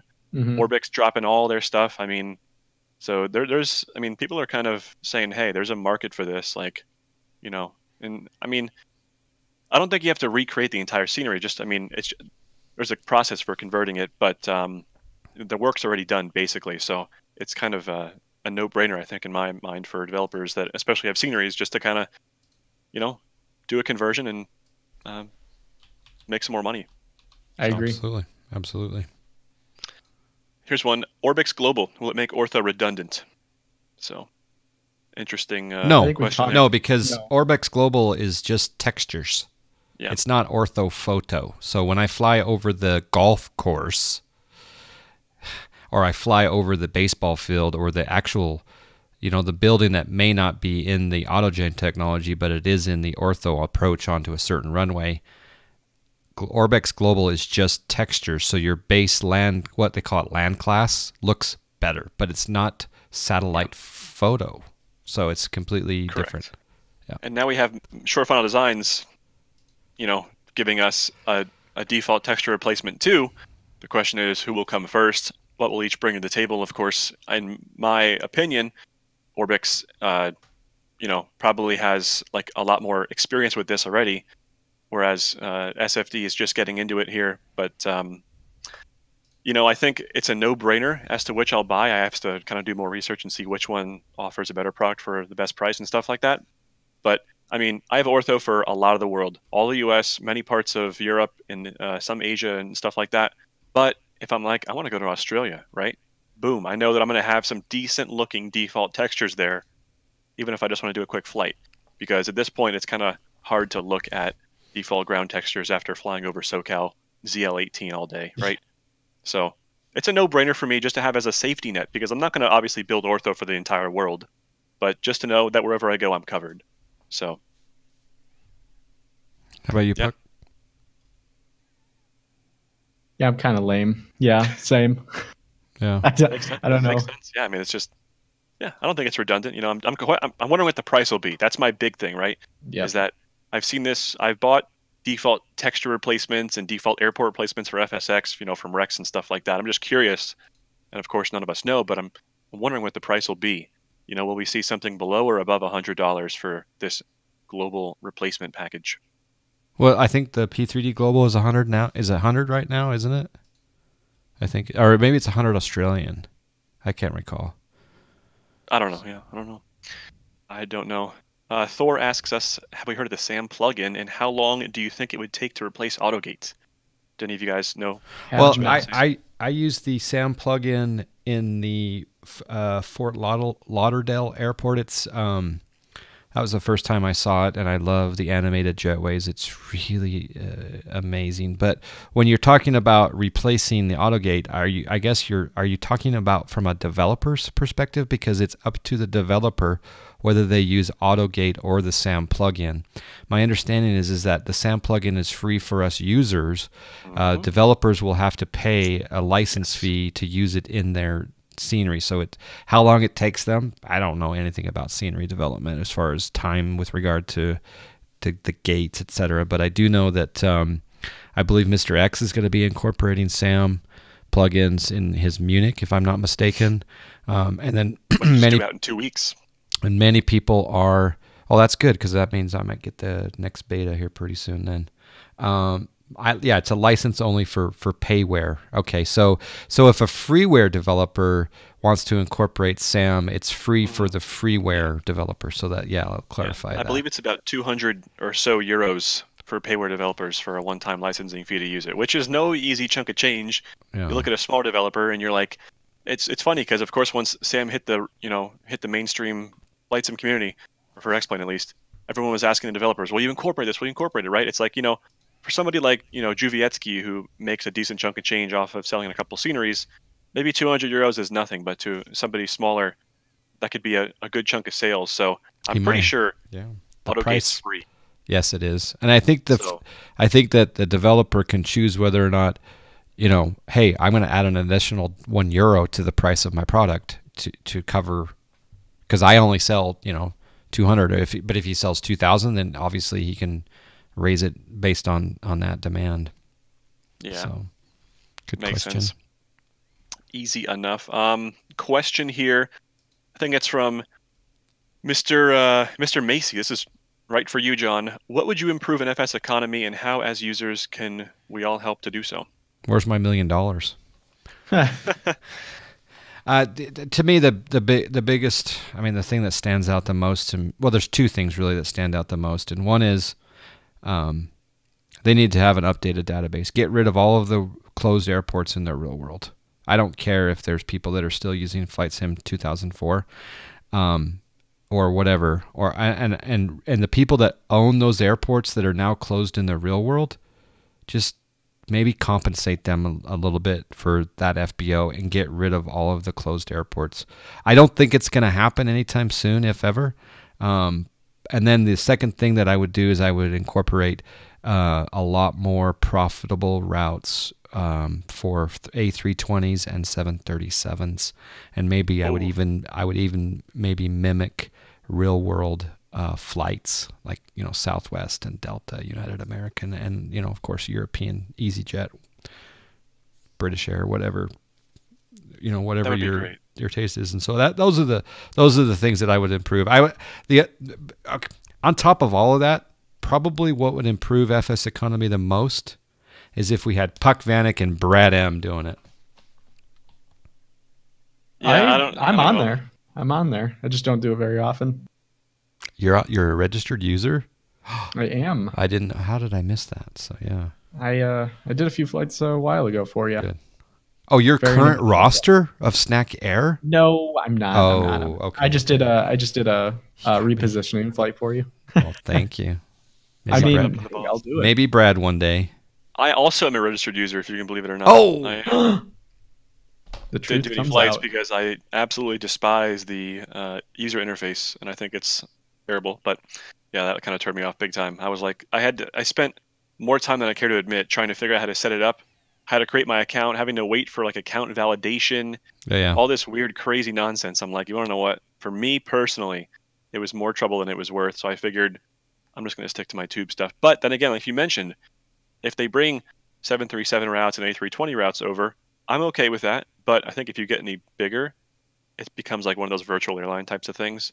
And Yeah. I think they have a really, really unique concept of having your own company with the GA stuff. So, of course, now that I have the Bonanza with the Rep and the GTN 750, I mean, maybe once an odd day I'll fly an FSE flight with you on stream on a Sunday or something like that. Yeah, 4 times a year is all we ask. No, Perfect. let me clarify that there are 737 and A320 routes in FS economy right now, but they're very low paying for the amount of time that you have to spend. You cannot do it for a group, say for example a Snack Air. So they need to maybe change that, and that's why we've been kicking around this idea in the background of a jet economy. But I need that $1 million. Have you guys heard of the new product that came out? That cargo. It's like a Air Hauler 2. Air Hauler. Yeah, That's what it was. You heard I've of heard good things about that. The only issue that I have with it is it kind of takes me back to doing things on my own, and so it's not. I don't interact with other humans. There's no negotiating for the price of this, that, or the other with an actual real live human. So I wish they would incorporate that economic side to it rather than dealing with AI, if that makes sense. Interesting. Oh, it's for P3D only. Interesting. I thought. No, Captain I think there's an K-Man, explained version of it. Yeah, I'm pretty sure maybe Captain not K-Man Yeah. was flying on that. So you would improve the interface is what you would improve. What would you improve, Puck, besides what we've talked about in FS economy? I like flying on it. I just don't fly it as much as I should. But definitely interface. Yeah, it's so bad. It's pretty bad. I think if it was like a desktop app, it would be so much easier. Or incorporated into the sim, it'd be pretty easy. Yeah, we do have to put out there that this is completely a voluntary staff of people. So it's not like they have a big bankroll behind them to improve things and make things better. It's purely voluntary, and I believe it's been running since 2002 or 4. 2000. I mean, it's been running for a long time. So it's a lot of virtual flights. Yeah, it's kind of crazy. Question from Loyal Labrador: what hardware to use for a more immersive experience? I think besides the obvious VR, what do you guys think is your most valued hardware sim asset? Mine obviously is my Thrustmaster Warthog HOTAS. Really? Not the what's that? MFG crosswind pedals also. No, the GPS you have. Who is that by? Reality? Is it Reality XP? Oh, the Real Sim Gear. Yeah, the Real Sim There Gear. It is. I don't use that every flight though, but I do use the HOTAS Warthog every flight. So yeah, that's true. Yeah, I mean, when I'm flying an Airbus in particular, now the Boeing not so much when I'm using the joystick, but just the fact that I reach over here to my side and I push up my throttle, that makes me feel like I'm really in a plane, even though my throttle is on the wrong side. But I think for me, it's pedals. Joystick's a joystick, right? But I mean, I can't believe that I have used a flight sim for so long, and my face is getting super bright because of the sun. But I can't believe that I have not bought pedals sooner. I mean, You're I have the glowing. You're Thrustmaster. glowing I because you're know, I talking know. about pedals. Of course, now the sun comes out because the snowstorm's out of the way. But yeah, the pedals are my most valued piece of equipment, and I can't believe I did not use those. Like having toe brakes was The like a pedals are concept great. I didn't even consider about toe brakes before I even bought these things. I don't know how I even handle the aircraft on the ground. Yeah.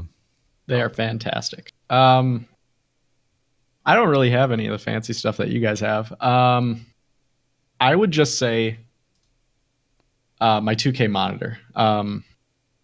Definitely helps with the immersion factor. I was on the 1080p, and I mean it looks fantastic, but anything above 1080p really helps with like immersion. I get better coloring, less pixelated. I mean, yeah, 4K is great, but I do a lot of like FPS shooter games and stuff like that. Things that I'll actually use the one. I think mine is overclocked to 165 hertz. So having that really helps with stuff like that. Yeah, the distance that I am from the monitor when I use the 2K versus the 4K, I really can't tell the difference in quality at this distance. I think at some Can or distances I can't. I was worried about dropping back down to 2K, but I'm completely fine with the quality of the PBR, for example. But it's all relative to the distance you are from the screen. Mm-hmm. And if you're a streamer, it's difficult to stream 4K. It is. There's ways to do it. I did it for a long time. You don't stream 4K, but I'm saying it's possible for you to look at 4K but stream 1080p. It's just there's a little bit more to it, but you know. Yeah. Obviously, I much- want a moving chair. Obviously, I want a moving chair. That's what I want. Yes. You know. My chair moves. So it's funny, but that'd be kind of cool. Brad, here's one for you. Mm. You guys looking forward to the release of the Honeycomb set? Yeah, but after spending, the price that it was to get the X56, which was kind of number one an impulse buy. I've been eyeing it up for a long time, and after hearing the reviews from people in my channel community, I decided to just pull the trigger on it because you want to know what? Honeycomb was stalling for me, in my opinion. Didn't hear much from them. I understand that they're not just going to dissolve. It's a relatively, I'm not sure how to size them, but I mean, Big. they have an actual, office. It's a company that's located at Montgomery Field, down in San Diego, right outside San Diego. So, they don't just do this. They have other things that they do as well. But, I didn't see much progress, and I said, you want to know what? My X52 is just not cutting it. I need something else now. And for me, I said, hey, it's going to be tough to go back to a yoke because I've been flying the Airbus with the joystick for so long now. It's like really hard to go back to the yoke. But when it comes out, which they've been actually gaining some ground recently, from what I understand, it's about to start production. I will probably pick up just the yoke and then keep my X56 thrust levers here to use with them, so that way I don't have to pay the full $400 in addition to what I've already spent on the X56. So yeah. Yeah. I'm looking I forward probably to won't get it.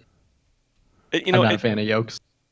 It really is game changing, and it feels a lot different. I think their goal is to create a product that's like so unique and so different, and actually it's affordable and it does what it's supposed to, and it feels like the real thing.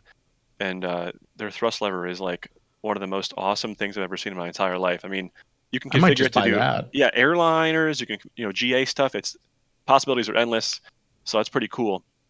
But yeah, I'm still waiting, seeing what they have to.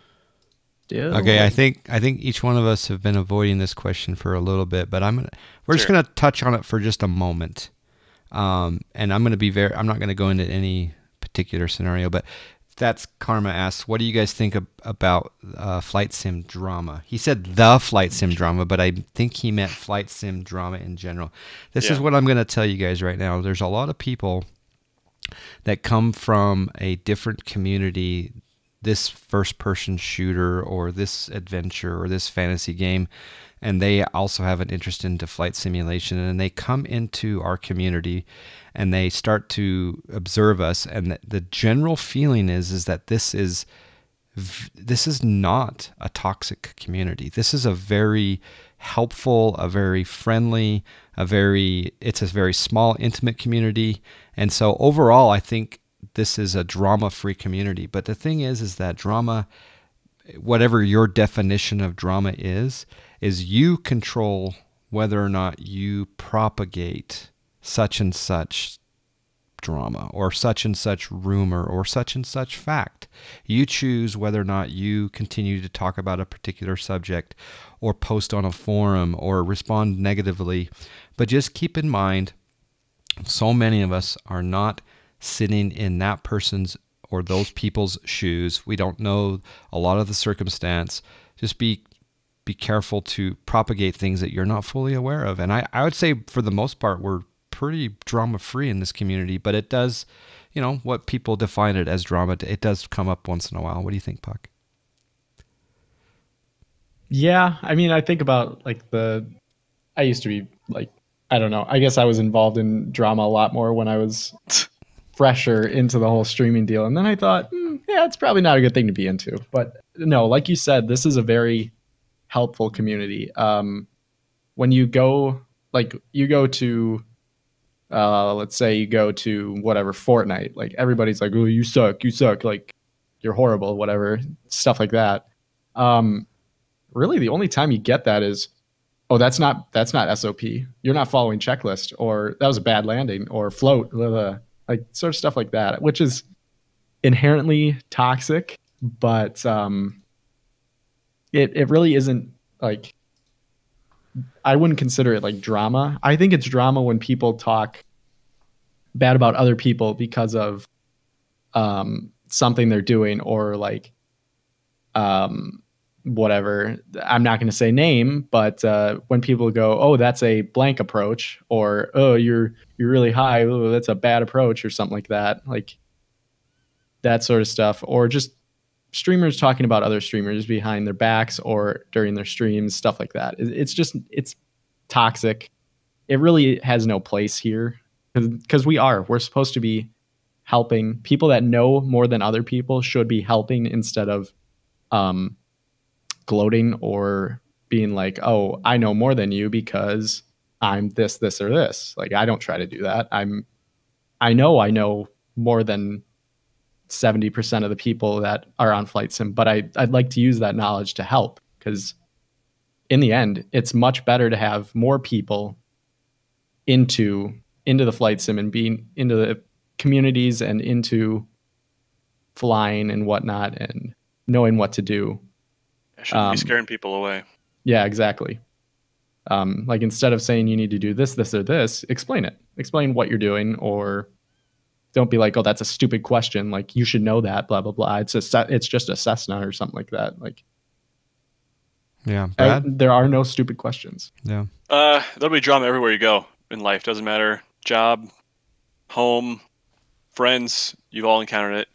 This is just another one of those things. But I agree that it really shouldn't be that much in here. Like, we're just flying fake planes, right? But of course we're on the internet, which again brings up a whole other level of, the keyboard warrior. So it's easy to pick fights and that sort of stuff. It's definitely a little bit easier than if you were face to face with the person. And in addition to that, you also consider, like John said, people's backgrounds and where they come from and stuff like that, where they've been before. But I don't think the drama has a place. I mean, people get competitive. That's what the whole landing rate thing is, right? People like to get competitive because we're competitive by nature.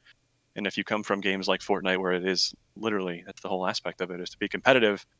Everybody wants to have a lower landing rate than the other person, or to, do better, which of course we all want to have great landings and, smooth operations and great flights. But, people just sometimes like to start trouble for no reason. And it definitely shouldn't be here, but it always will. And it always has. I mean, it's just like anywhere else you'll go in life. Yeah. It's tough to avoid. It's really tough to avoid, but I mean, try your best to stay out of it, I guess. And I think you have to understand that sometimes this drama really affects people much more deeply than you realize. Some people have issues with anxiety. Some people have issues with depression. Some people are very alone, and your comments could have a serious effect on them. And you talking to other people about them as well behind the scenes, it's not good. I mean, imagine if we're watching this on a movie, right? And we see the behind scenes of your life. We see all the conversations you're having about that person behind the scenes, and there's 100 people in the theater watching you. You're probably not going to be very proud of what you're doing if you sit back and just kind of look at it from, if other people saw what I was doing, do I want to be doing this? And then some people just enjoy it. They just do it, and they're going to, like haters are going to hate like that. But let's try to avoid it, and let's keep, yes, we can talk about Grau snoring on the stream. That is allowed in the drama. That's funny. I got one last thing. A lot of I've noticed in my personal life, the more negative I am towards a certain thing, I tend not to enjoy any of it. Like if let's say I'm negative about something happened in the sim, and I got really mad. Like when I was Punching a installing the chair. GTN, the Zebo, when I punched my chair, like I got mad and I let off steam. Or the GTN 750, I was trying to install that. I could have went for another hour. I could have streamed for another hour. But I decided to end the stream because I was getting so frustrated that was the only way that I could relieve that frustration, was to just not stream anymore. So I think like if you have an attitude towards somebody, or you don't like somebody, you tend to take that out on them, or you're just a more negative person in general. So I think it really is down to you, the person, being a more positive, or I guess, for a lack of other words, just be nice. Yeah, makes sense. It's pretty fair. Here's one from Thordor asking if we've heard about Deadstick Bush Flight Simulator and what do we think of it. Ooh, I've had Chris from Deadstick, that's literally his Twitch name, pop in my channel awesome. A couple of times, and I haven't seen him around much. Maybe he's watching right now, for all we know. But I haven't heard too much about it anymore than after the initial hype. Maybe you guys have some more info. I've just seen screenshots, a few screenshots. Did they ever have a release date, or are they still working on that? I haven't heard of any release date, but I will say this: if they do get word of the PB&J Streamcast, we all would love to fly it behind the scenes and then have a conversation about it. Yes, so people can live vicariously through us. For a moment, anyway. No, I mean it'll be awesome to have another flight simulator to test and review and play with. But I don't think we know any details. What I want really badly is Aerofly FS2. That's what I think I'm gonna pick up next. Someone type in !ask in the chat. We have time for some additional questions. !ask will get you the form to submit the question. Yeah. Brad, talking about that Aerofly FS, that has Vulkan, correct? And I think I've seen videos on YouTube and whatnot, and I've seen where people are running 4K monitors, 144 hertz, or they're running 2K with 144 FPS. I'm like, whoa, okay. It's very highly optimized, and it's running off of the old FSX, similar to P3D structure. So that would be kind of a cool thing to check out. Yeah, but it also doesn't. You don't have to render the whole world and stuff like that. So the performance makes sense. But I mean, I don't also think there's like the whole. I mean, like flying an Airbus in VR, like into Monterey, California, like Orbix makes products for them, right? There's tons of Orbix stuff out for Aerofly, and that's a great. If you love VR, maybe check out Aerofly FS2, because you're almost. I don't want to say it, but you're almost guaranteed a 60 FPS, or in that case 90 rather. Sorry, 90 for your headset. Yeah, all around. I haven't checked it out yet, but I mean it's definitely really really neat. I mean they've got great visuals, performance, and if it goes on sale I might pick it up just to see how it is. But I don't want to dump tons of money into it buying Orbix sceneries because I'm already going to be doing that for X-Plane. So it's something I'm considering. In regards to other flight sims, but yeah, have to keep an eye out for it. Mm-hmm. So Chase has a question here for us. With PBR and night lighting updates across The Sims, what will be the next big fad, he says? Gosh, if I only knew that.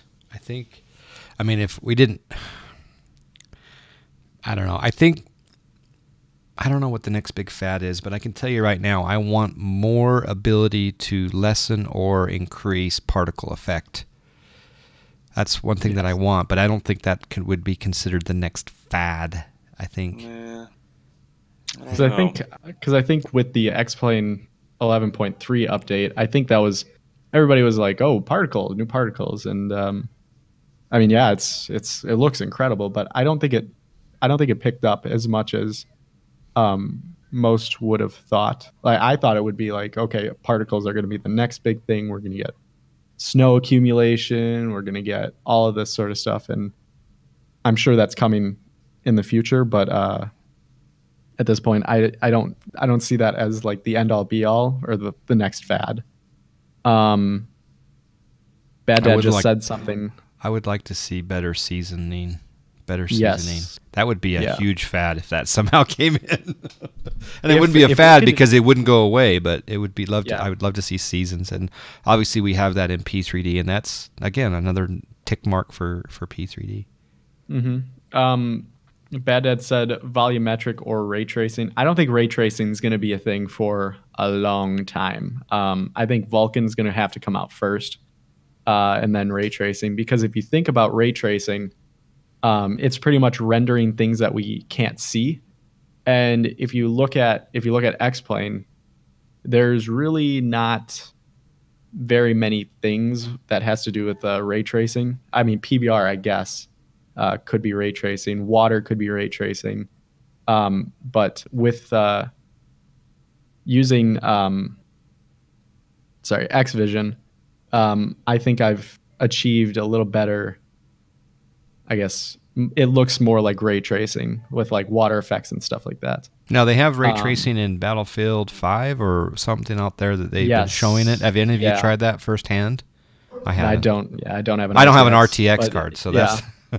I've seen videos where a guy actually went through and he walked through what RTX was, and he showed a clip where he was running around in the game and whatnot, and there was a truck, and then there was a puddle, and you could see the fire and flames and whatever in that puddle, and then he would creep out from the truck, and then you can see the fire appear, and then he'd creep behind the truck. The puddle's still there, but anything else that was behind that truck wasn't getting rendered.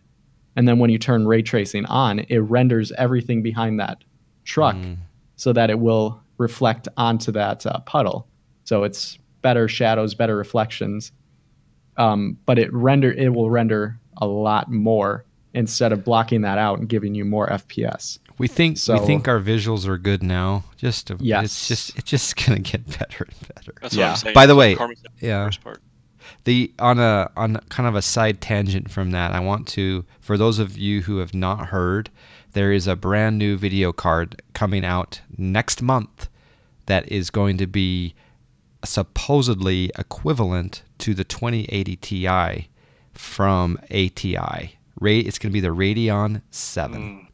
And they're claiming that it's on par with the 2080 Ti in a lot of areas. It may not be equal or better in some areas, but it will be interesting to see the Radeon 7 as far as P3D and X-Plane is concerned, because it's only going to be $650, I hear. So that's interesting. Won't believe it until I see it. Is it AMD? Is that you were saying sure. AMD? Yep. Yeah, it's AMD. Sorry, not ATI, but yeah, AMD Radeon 7, which used to be ATI, right? Yes, it used to be ATI. What I'm seeing is it's coming out February 7th. And is this news to you? Yes, I've not heard about it. Good. It has a whopping 16 gigs of video memory. So that is something that I'm interested in.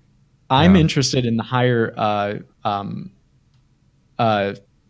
video memory, because I've yesterday I was going through and I was turning on high. I was testing and whatnot, and I was in SoCal where I have zoom level 18, and I was turning on high, what is it? High ground textures or whatever, high texturing.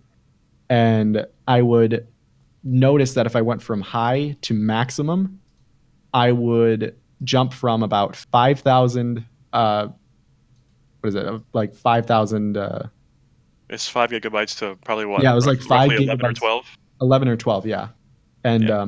my card is only 8 gigabytes. The 1080 is only 8 gigabytes, so I can only run that high setting instead of that maximum. I would really like to run that maximum in order to get the best quality. I have found a trick. Brad says it's a dumb trick and it doesn't work, but it is where you load into the sim on high texture quality, and then you bump that up to maximum once you're loaded into the sim, and you can see a visual difference. It will increase your video memory by about 300, but Megabytes, it doesn't. Yeah, about 300 megabytes, but it doesn't really reduce your frames at all. And I've noticed that, but I don't know.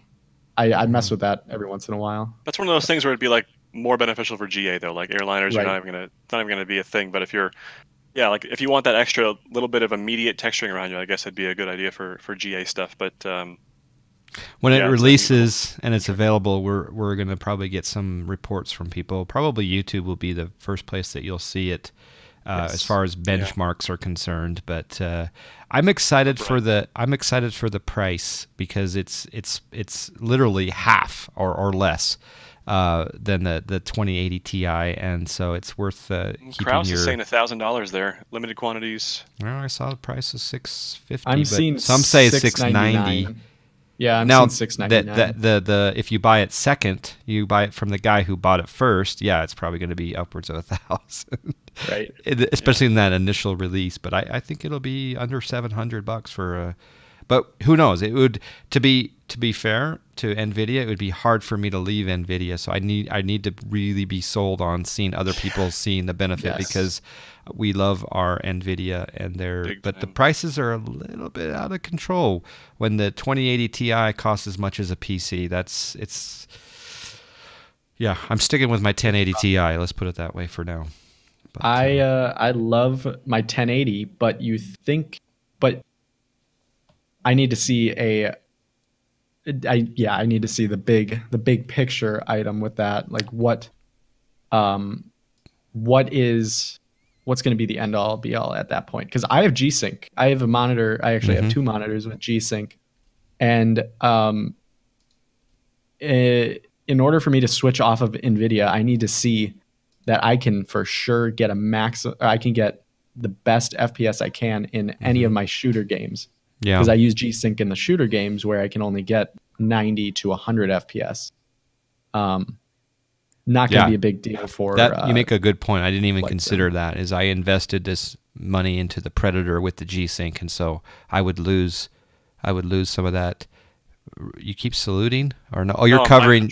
I'm trying to get the light out there. It's like People are like, the sun came out of nowhere. John's talking. Cut, John. Cut. John, that's enough. The next question is from Pilots KCX. He says, "What is the future for the GSA, and are you still adding members?" As far as the future is concerned, I want to, we'll add more members, and the Global Sim Alliance. If you go to twitch.tv/team/Global Sim Alliance, you'll see the team listed there. We're always looking for good audio, good webcam, good chat participation. We're what's the word? Non-sim denominational. And we want to add people there. But I will say this to anyone that comes in the future to the Global Sim Alliance and anyone that's currently in the Global Sim Alliance, please remember to host your team members.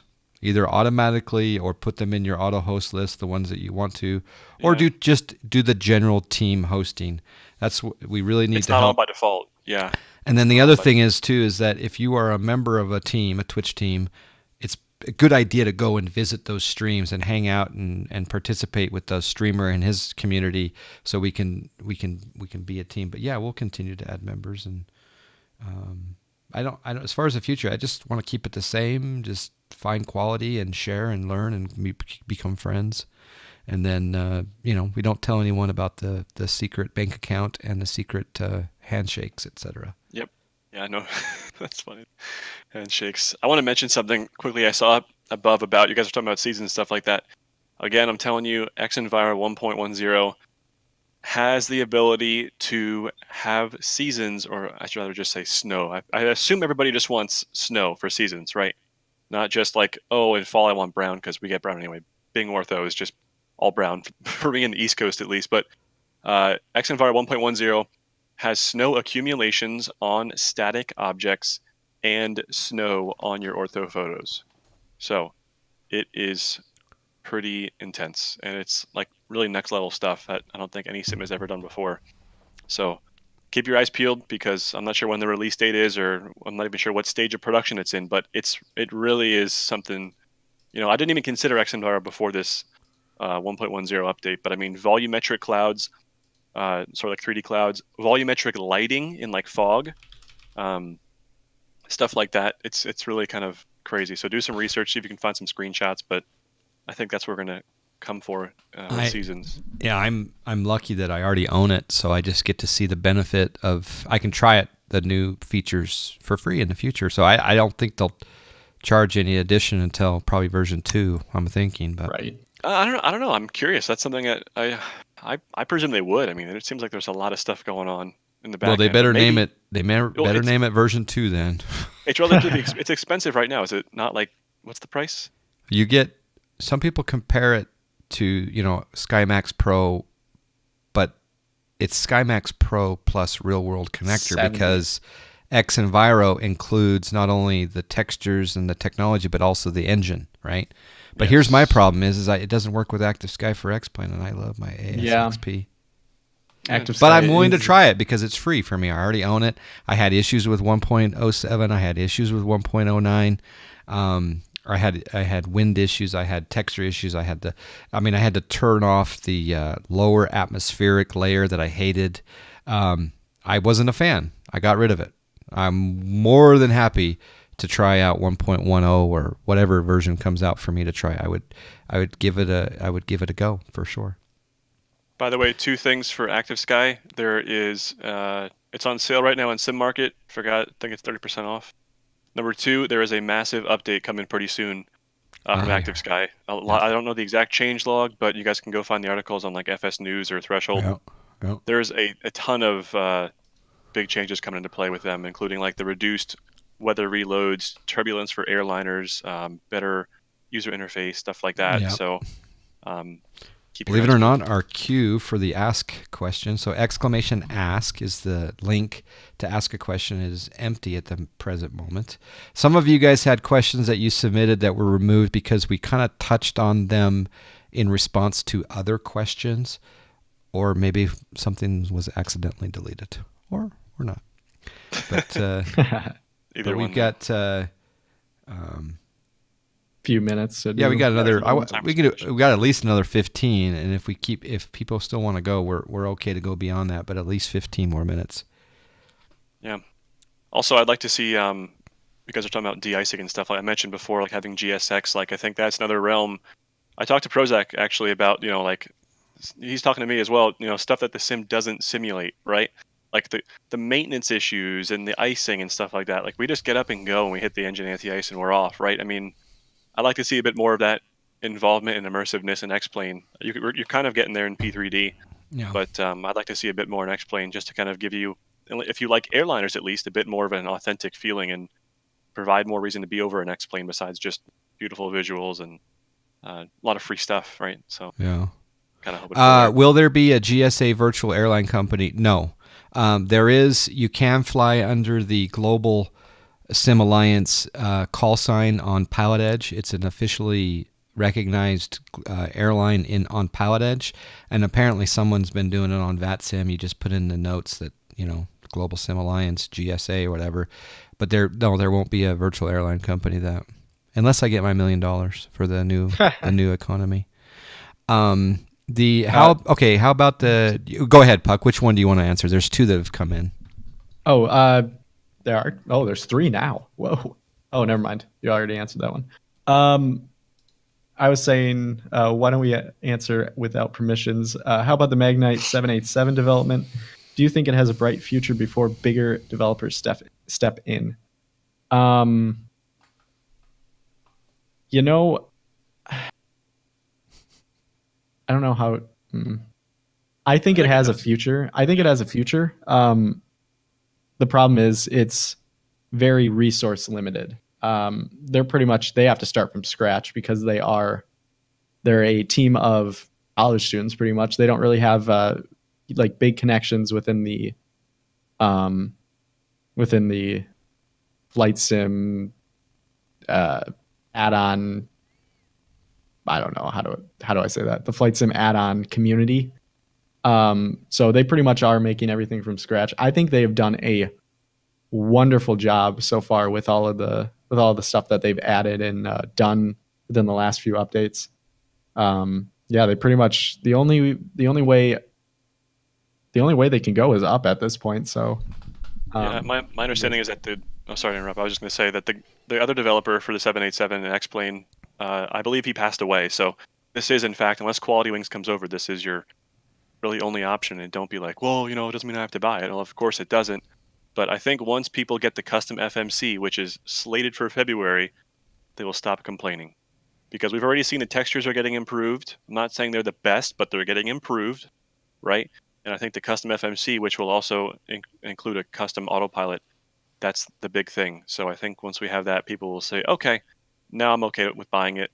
And I mean, to me, again, if I could jump in the 787 right now and it could follow a SID and a star as well as the Zibo or the Flight Factor 7.5 or 7.6, I would probably put it into at least a once a month rotation. But right now it does not do that. It uses the default. But hopefully the custom FMC will work, FMS, whatever you want to call it. That would actually make me fly it on every 4 or 5 weeks probably at this juncture if it just had that functionality. But it doesn't right now. Do I wish it did not require Java? Yes. I had a bad experience installing a Java that actually added some malware to my system. But it does work with the GTN 750, 25% of the time, which is a weird thing to have it work with. But yeah, I'm looking forward to it continuing to be developed. Right. Yeah, I think they linked that weird Java link in their manual, which was their own, their own fault for doing that, as opposed to like just the Java website. And I almost downloaded it from the same website that you did, John. And it asked, do you want to install this extra stuff? And I was like, I don't need this Java stuff. And of course, I can't use the EFB performance calculation tool, but I'm okay without that. And AudioBird making sounds for it, same guy as Zibo, the Ultimate Team. So that's pretty flippin' neat to have some Fmod sounds from a 787. But yeah, I mean, hey, it's like so young, it's so new. Like, give it time, right? I mean, people just don't understand the concept of time, and they expect that this product should be like this because this person did this. I mean, they compare the Magnite to the Quality Wings, and it's like two entirely different aircraft, two different teams, two different platforms. All you have to do is you have to go back to the Flight Factor 757 first version. That's what you need to do. Now, was it more complete than the Magnite's current position? Yes, but compare the first release version to what we have now. It's just different. So yeah, maybe it's a little pricey, but yeah. But obviously we're not saying avoid it. And there are aircraft out there that I will avoid. I won't name anything right now, but yeah, no one's forcing you to buy anything, guys, is the bottom line. So don't complain about pricing. If you don't like the pricing, don't buy it. Complaining will not lower the price, and nobody forces you to purchase any product. It's all your own choice and will. So, you have to understand, if you don't like the Magnite 787 for X-Plane, well, go buy P3D and buy the Quality Wings. Then you'll have a product you might enjoy a bit better. I mean, people love bashing on stuff rather than praising. For those, exactly. Yeah, exactly. For those asking questions in the chat, if you put exclamation ask, do not put the question after the ask. You actually have to go to the form that is linked, or otherwise we do not get the question. So here is a question from Chase Gaming. Again, just kidding. he's got good questions today. Yeah, he does. He said, sorry, another one from me. Money is no object. What piston, turbine, and jet aircraft do you buy? IRL or in the sim? Is a good. I guess I'm pretty sure he means IRL. Sim. Yeah. No. Wait. What? Why would you think it would be sim? Oh, maybe yeah. Never mind. Sorry. Yeah. Okay, IRL. IRL. Thank you. Whoa. Wait. Really? Money is no object. Must be Money nice, is no Chase. object. Yeah, Must dude. be When you have me nice. over. When you have Must me be over. nice. Love you. I think we actually talked about this before, didn't we? No, he's saying if we had, I think unlimited funds in real life, what aircraft would we buy? No, I think we did talk about this last episode. Did we? I think so. Or maybe we just maybe- did it between maybe the we three did. of us. Yeah. But I mean, just briefly, I mean, just because we got excited about it, just right now, I just buy the A220.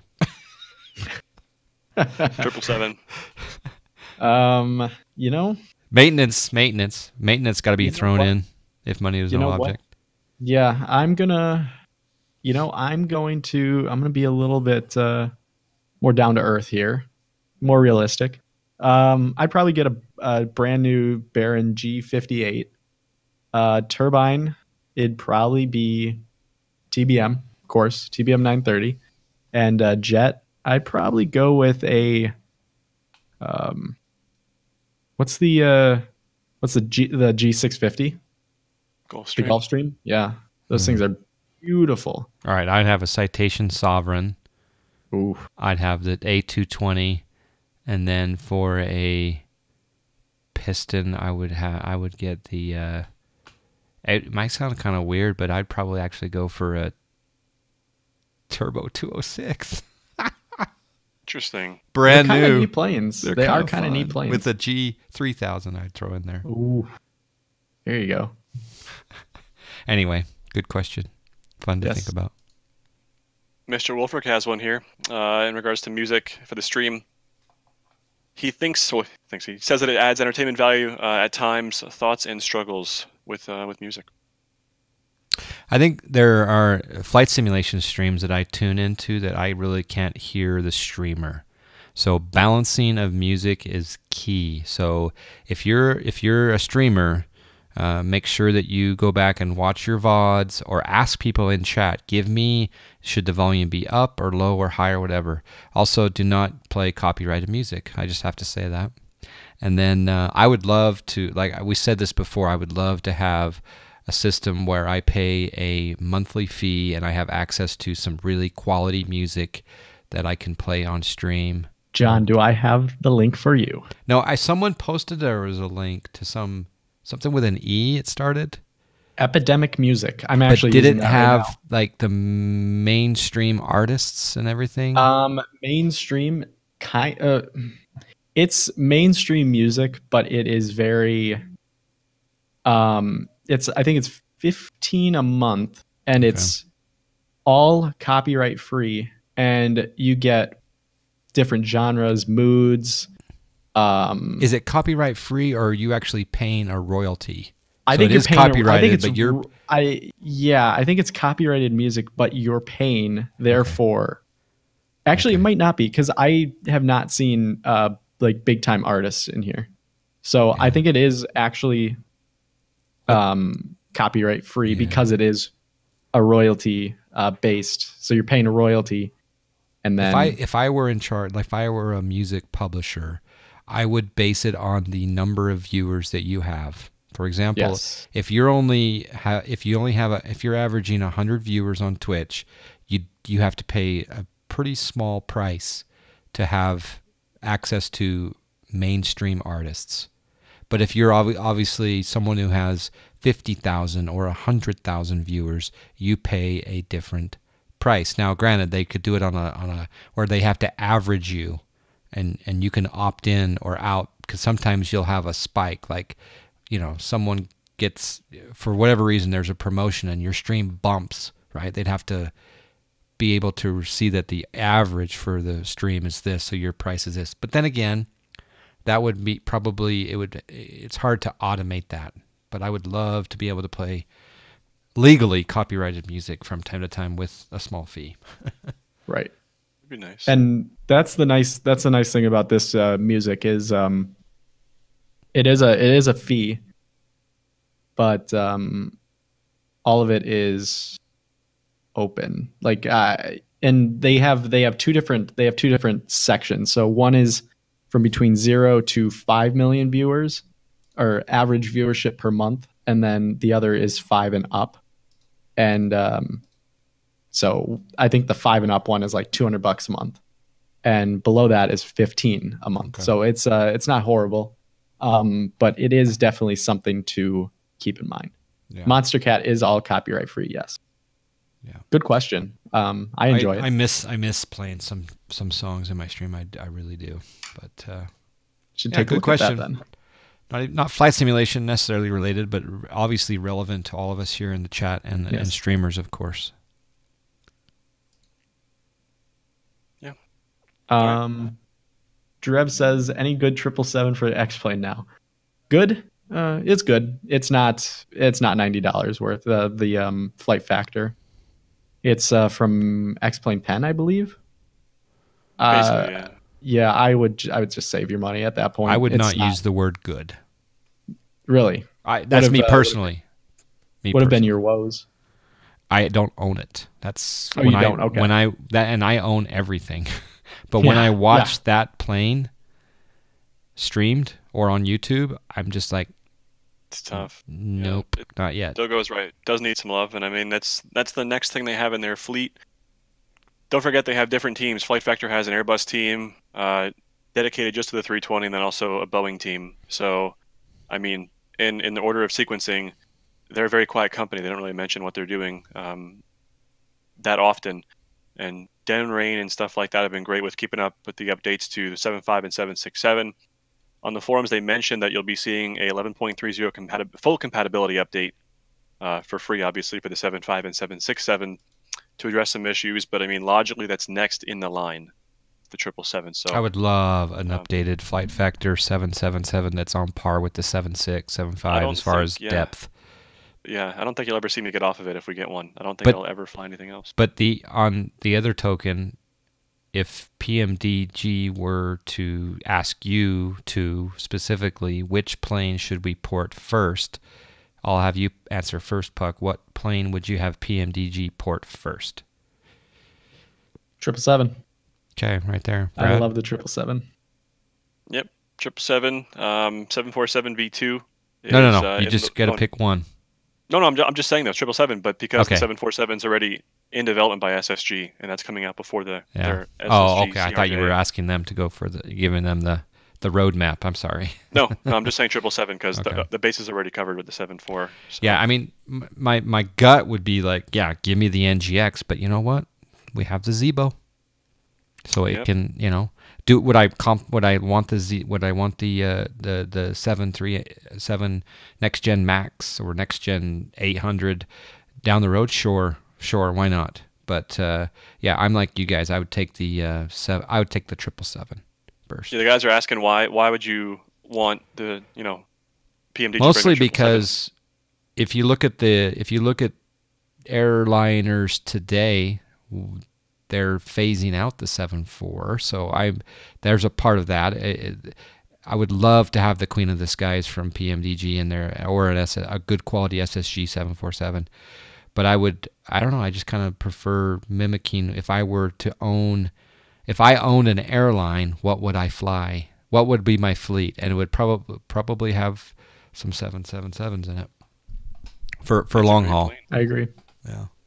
But again, if the Flight Vector team did have a V2 out, I don't think, and it was, up to snuff with their 7.6 and 7.5, then in that I'm case, all there. I wouldn't. Yeah. In that case, I wouldn't need a PMDG to bring it over, right? So is it a race to market between those two? And will people own both? I don't know. I'm not even sure if PMDG said over the last Expo, it's not a matter of if, it's a matter of when. And of course, they have a lot of stuff going on their end, right? They're doing the updates to the NGX, and they're working on tons of new stuff for their 747s and all that. Yep. So I mean, I'm not even sure if it's on their table right now. Here's the scenario that I would like. Okay, let's just for a second, the 747. Wouldn't it be awesome if we have the PMDG 747 and we have the SSG 747, and it's kind of like the Flight Factor 320 versus Tola situation. We actually love both. Yeah. We do. We really love both for each of what they have. So maybe the 7.4 gives us, if you can afford it to have both, maybe they each have their own great pieces and we actually have both in their rotation. Maybe we have a 7.4 of a different variation that's SSG, a different variation that's PMDG. Competition is good for us. Exactly, Ninja. Yes. So next question, Thordor says, quickly we can answer this, Rolls-Royce or Pratt & Whitney? Or General Electric. I'll throw that in there on top of his question. But we don't have many GE planes. No. GE. As of right now. I just like GE. It's Pratt & Whitney for me. 767. I would choose Rolls for most of my stuff, but we're all different in our answers. Well, yeah, but GE, like when I fly the 767 in X-Plane now, the extended, I only use GE. I don't care if the Real Island does not. I only use GE engines. Yeah. Yes. So like, that's but Rolls-Royce is great on the 757. That's awesome. But I like Three Blacks question. Which we one got is there. How do you deal stuff. with updating stuff? Did we talk about that yet? I wish every developer used the Skunk. Is it Skunkcraft? Updater. Skunkcraft, yeah. I wish every developer used that. I just found out that the Skunkcraft updater interferes with my A320 EFB. I cannot interact or type with it. Seriously? When I'm using Flight Factor. Yep. So Why? I have to take it out. It's a lot of time and a lot of effort. Why Most do of the I not stuff- have that same problem? That's weird. I don't know, but I had it on stream and I went into my plugins menu, disabled it, and was good to go. So I mean, I figure I don't need it in my sim unless I'm planning on updating something. I don't run the X updater 24/7, right? So it's like, who needs to have the Skunkcraft even running at all? Just drop it in once a week and check. But outside of that, I would say that it's a challenge to stay updated when you have so many different. Like I said, I have so many different planes. It's hard for me to keep up, and that's why on my Discord I have a channel dedicated just to notifications of updates or releases. And people so kindly go in there and drop in. Like, for example, I took some time off to spend with the family this last week. I came in and I was like, ooh, so cool that, someone told me there's a GTN 750 update. Oh, so cool. Someone told me there's a a Velocity V-twin update. There is several other updates that, did we lose? We lost him, didn't we? Oh, man, that's a shame. Oh, he's coming back. Wrong button. Sorry. Wrong. Yikes. So I love that, but I wish there was something that was automated that covered everything and just scanned your plugins and scanned your add-ons and said, you need to update this, like the Skunkcraft's updater. Yeah. Is there? I agree. Yeah. Next question. Given the Navigraph survey that most flight simmers are older and have been using flight sim for decades, do you find this demographic participates in Twitch, or is Twitch more a younger crowd? Everything. Good Twitch question. Good question. I'm going to tell you right now that Navigraph survey was very much the avid hardcore simulator crowd. I think we have a lot of people that are not hardcore simulators that dabble in it I think it's actually a lower number than it is, but the average number of the hardcore, what was it, 43? I think it was like 40 something, yeah. Yeah, 43. So I think that there's this definition of hardcore streamer. But yeah, that's my first thought on that question. Go ahead. Yeah, Twitch attracts everybody. I mean, regardless of flight sim, I mean, any category, right? You guys are saying your age in chat. We got young, we have older, we have middle age, right? So it's like everybody comes to watch, and that's what's the cool thing is that you can have multiple different people watching your streams, and you can have older people, even that are pilots, giving advice to younger kids who are considering where to go for college and what to pursue next, and they're like, hey, don't do what I did, but here's some ways to do this, or here's some good advice and stuff like that. So it's helpful to have different age ranges as opposed to just having a young kids only crowd, or right? It's nice to have diversity. That's what I'm trying to say. Yeah, and I've noticed this. My channel brings, I think I see more of a demographic of younger people, like between the ages of like 13 to probably 30 is what my like main demographic is.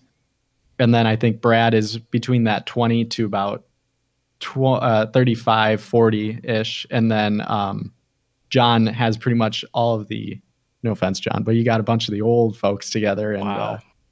hey, but John has had experience. John has been here Cold-hearted, since guys. the first flight sim. So, I mean, think about that. He's got It's, all the my Indian name experiences. is Graybeard. Really? I just made that up from Yeah, like a that's couple weeks great. ago. Someone said Graybeard, but That's great. I think that every one of our streams, we don't know if there is a 10-year-old there. We don't know if there's a 95-year-old there. Yeah. And so, but you're right. We do have, sometimes we tend to flock in similar generations in on this planet. But the cool thing about this is I can guarantee that, let's take Puck Vanek, and let's take you and I and our Tataran, Rod, who's 54. How old are you, Puck? You're 20... Yeah, 20. 20-something, early 20s. One of them. You put us all in his icon, and we're flying around. The age is no longer even relevant to the discussion. We're all just having a blast, and I can even buy you a beer because you're of age. So that's the cool thing about Flight Sim, is it's this platform where we can hang out with all these different age ranges. I just wish that I had had this community when I was your age. I guarantee you, I would be fun to have this all along the way, because like I said last episode, streaming alone was fun, but it wasn't nothing like it is now. So I think it's gotten, I agree. Just being able to like talk with people and hang out with people that have common interests in the flight sim community and whatnot it's pretty awesome. I don't know. How do you feel, Brad?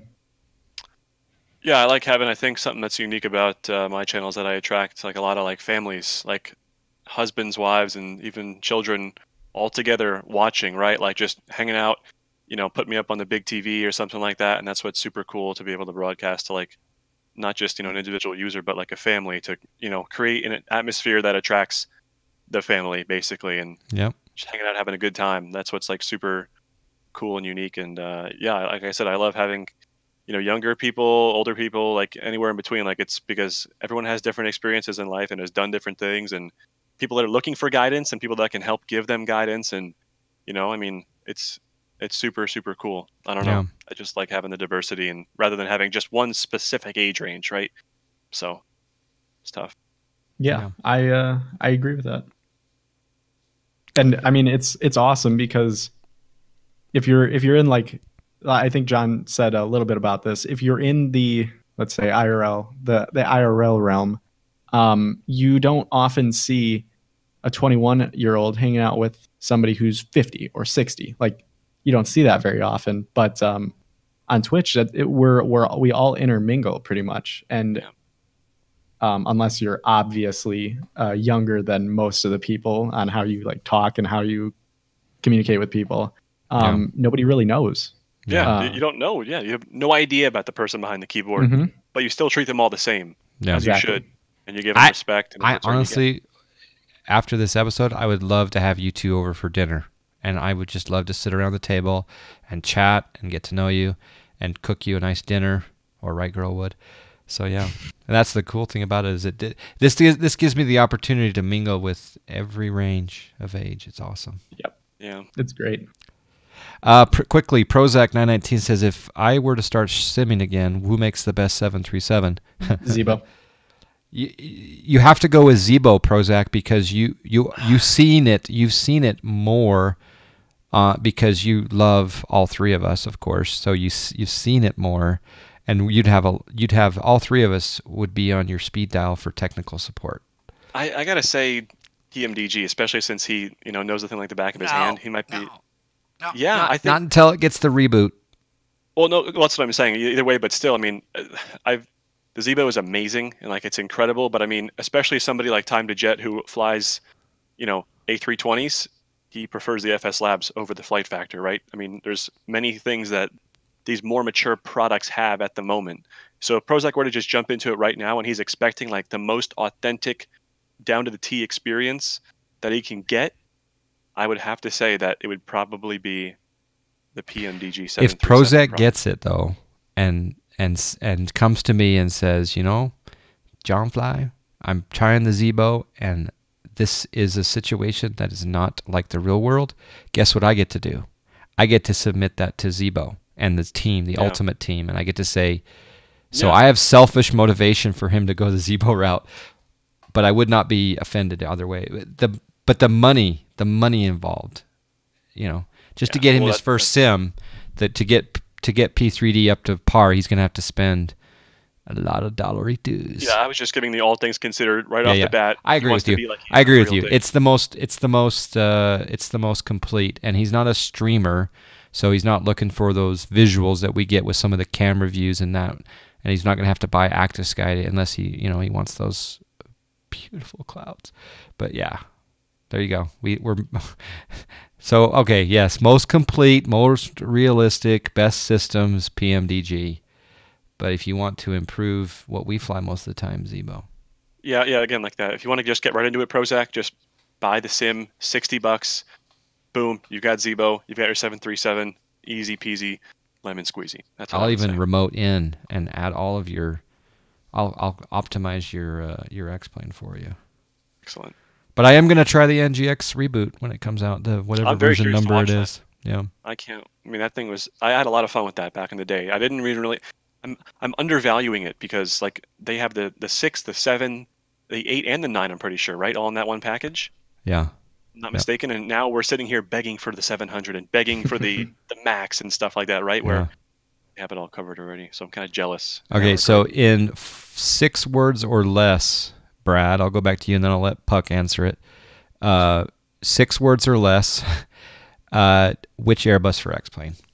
And you can't go into why or what or however. You have to choose one right now in 6 words or less. This is for Monkey Boy. Flight Factor A320. Okay, I'm the same. Good question. Flight Factor 320, Monkey Boy. But the other 6 All words. Right. Wow, we got the last question. Loyal Labrador. Loyal Brador. Loyal Brador. Would you guys consider doing a stream on how to stream, or on how we stream personally? Show your equipment and process. Yeah, if people ask, I can pull my phone up on my stream and show them what I got and stuff like that. Yeah, I definitely do that. Do like an hour-long thing of how to set up a stream, how to get stuff going and whatnot. I would think it would probably be better to show the equipment and behind the scenes with a canned video, like on YouTube, and then show that YouTube on your live stream, and then interact and pause the video and talk about a certain area. But you're going to have a hard time showing things very properly with the phone camera, I think. Right. But it's a start. But I talk about it. I don't take my camera down to my video card. You show it a lot. You show it a lot, John. You usually pull off the other camera, and then you're giving us. You've actually done it a couple of times the last couple of weeks. You've given us the full tour, which is neat. Yeah. I think the OBS would be a big part of it, and I don't show the OBS too much. Are you guys using slobs or are you using Classic? I'm using Studio. I use the Streamlabs. So you're using slobs and you're using OBS Studio, okay? Because they did a big update today on the slobs because I took the week off or whatever. But yeah. All right, is that wrapping it up almost? I think that's it. B2. Oh geez. Better start by dropping the mobile app. I don't even know. I mean, isn't it only X-Plane 10 the mobile app? I'm not sure if it's even still kept up, but I mean, if they have the funds and the staffing and all that sort of stuff for it, yeah. I mean, I'm not sure. It's like, what more can they do that's like, huge in the upcoming, time frame besides going over to Vulkan and, Are you talking about the iPad app? Yeah, I think he's saying that. Is that what he's referring to? The iPad app? Should X-Plane drop the mobile app and concentrate on PC instead? And it's like, oh, I know exactly the answer to that question. Absolutely not. You want to know how much of a cash cow that is for Laminar? That is a huge cash cow for them, and the Huge, more probably money true. that they have, the more staff that they can hire to make all of it better. And some of it translates over to the other. If they're developing something for our PCs, it can translate easily over to the mobile app and vice versa. But trust me, it's a cash cow. And I've used it a couple times. Yeah. Kind of fun. It's kind of interesting, moving that iPad around. And Yeah, it's different. I don't remember staying there for more than like 5 minutes, but yeah, it's fun. It's all It right. is pretty cool. yeah. I think we went over. We're at 2 hours and 46 in, given the Holy 10-minute cow. timer at the beginning. So coming up on the 3-hour mark. I just want to say thank you guys for all joining us. Thank you for the questions. thank I you. apologize that we weren't able to get to all of them. The exclamation ask, that form will be closed for now, but we will typically, what, Brad, Puck, do you think we should open it up at an hour before an announced date? So Yeah. look on our Discords for the opening of that form for episode 3. Brad and Puck and I will talk about what date that will be and where to find us, and then we'll let you guys know that via the Discords and the live streams. We'll talk about it in the live streams, but Yeah. I've had a great time here, guys, and thank you all. Go ahead, you two. What do you think of this great crowd? It was Yeah. fun today. Definitely Amazing. good conversation, good questions as we expected. So thanks for stopping by. That was a lot of fun. Yes. Good morning. Morning well Good spent. morning. Yeah, go ahead and besides, go ahead and talk about that URL that's just below your logo, Puck, Oh, yeah. for the people on YouTube, etc. Come and, I don't know, I guess follow me. I don't know. Come join stream whenever you get a chance. I'm pretty busy with my weekly school schedule and flying schedule that I have for CFI. So whenever I get a chance, I try to stream for a little bit. And hope you guys had a wonderful time today. I know we did. It was good to enjoy our cups of coffee and sit here and chat with you guys. Lots of fun. Yeah, it's nice and empty. Brad, your stream? Tell us. Yeah, hey YouTubers, it's time to rejoice. Come over to Twitch. We love you. Just kidding, not bashing YouTube, but come stop by, hang out, enjoy some food and flights, and have some fun. Thanks for being here, guys. That was a lot of fun, though. So we'll see you very soon, hopefully. Yeah, we'll announce that date in the near future. Thank you, Brad. Thank you, Puck, for joining me. PB&J, I'm just really digging it. So big thanks to you guys and, of course, all of the viewers here. On a last note, we didn't get to talk about this much, but I believe your partnership came in after episode 1, didn't it, Brad? Yeah, it did. So congratulations. I know it's been a week or 2 week that Brad M was given Twitch partnership, and it happened live on stream. For anyone that missed it, I hope there's a really cool, easily recognizable VOD that people can go watch and relive that moment where Twitch staff raided Brad and said, we thought it was a crazy bot attack. And but thank you, Brad. Well deserved, and I'm glad that my prediction from 4 or 5 months ago came true. The next Me too. one to be partner. Me too. Appreciate it, John. Thank you very much. Lots of congratulations coming in on the stream there. All right, gentlemen, stay on the Discord with me, guys, and sounds good. See ya, everyone. Bye-bye. Bye-bye. Bye-bye.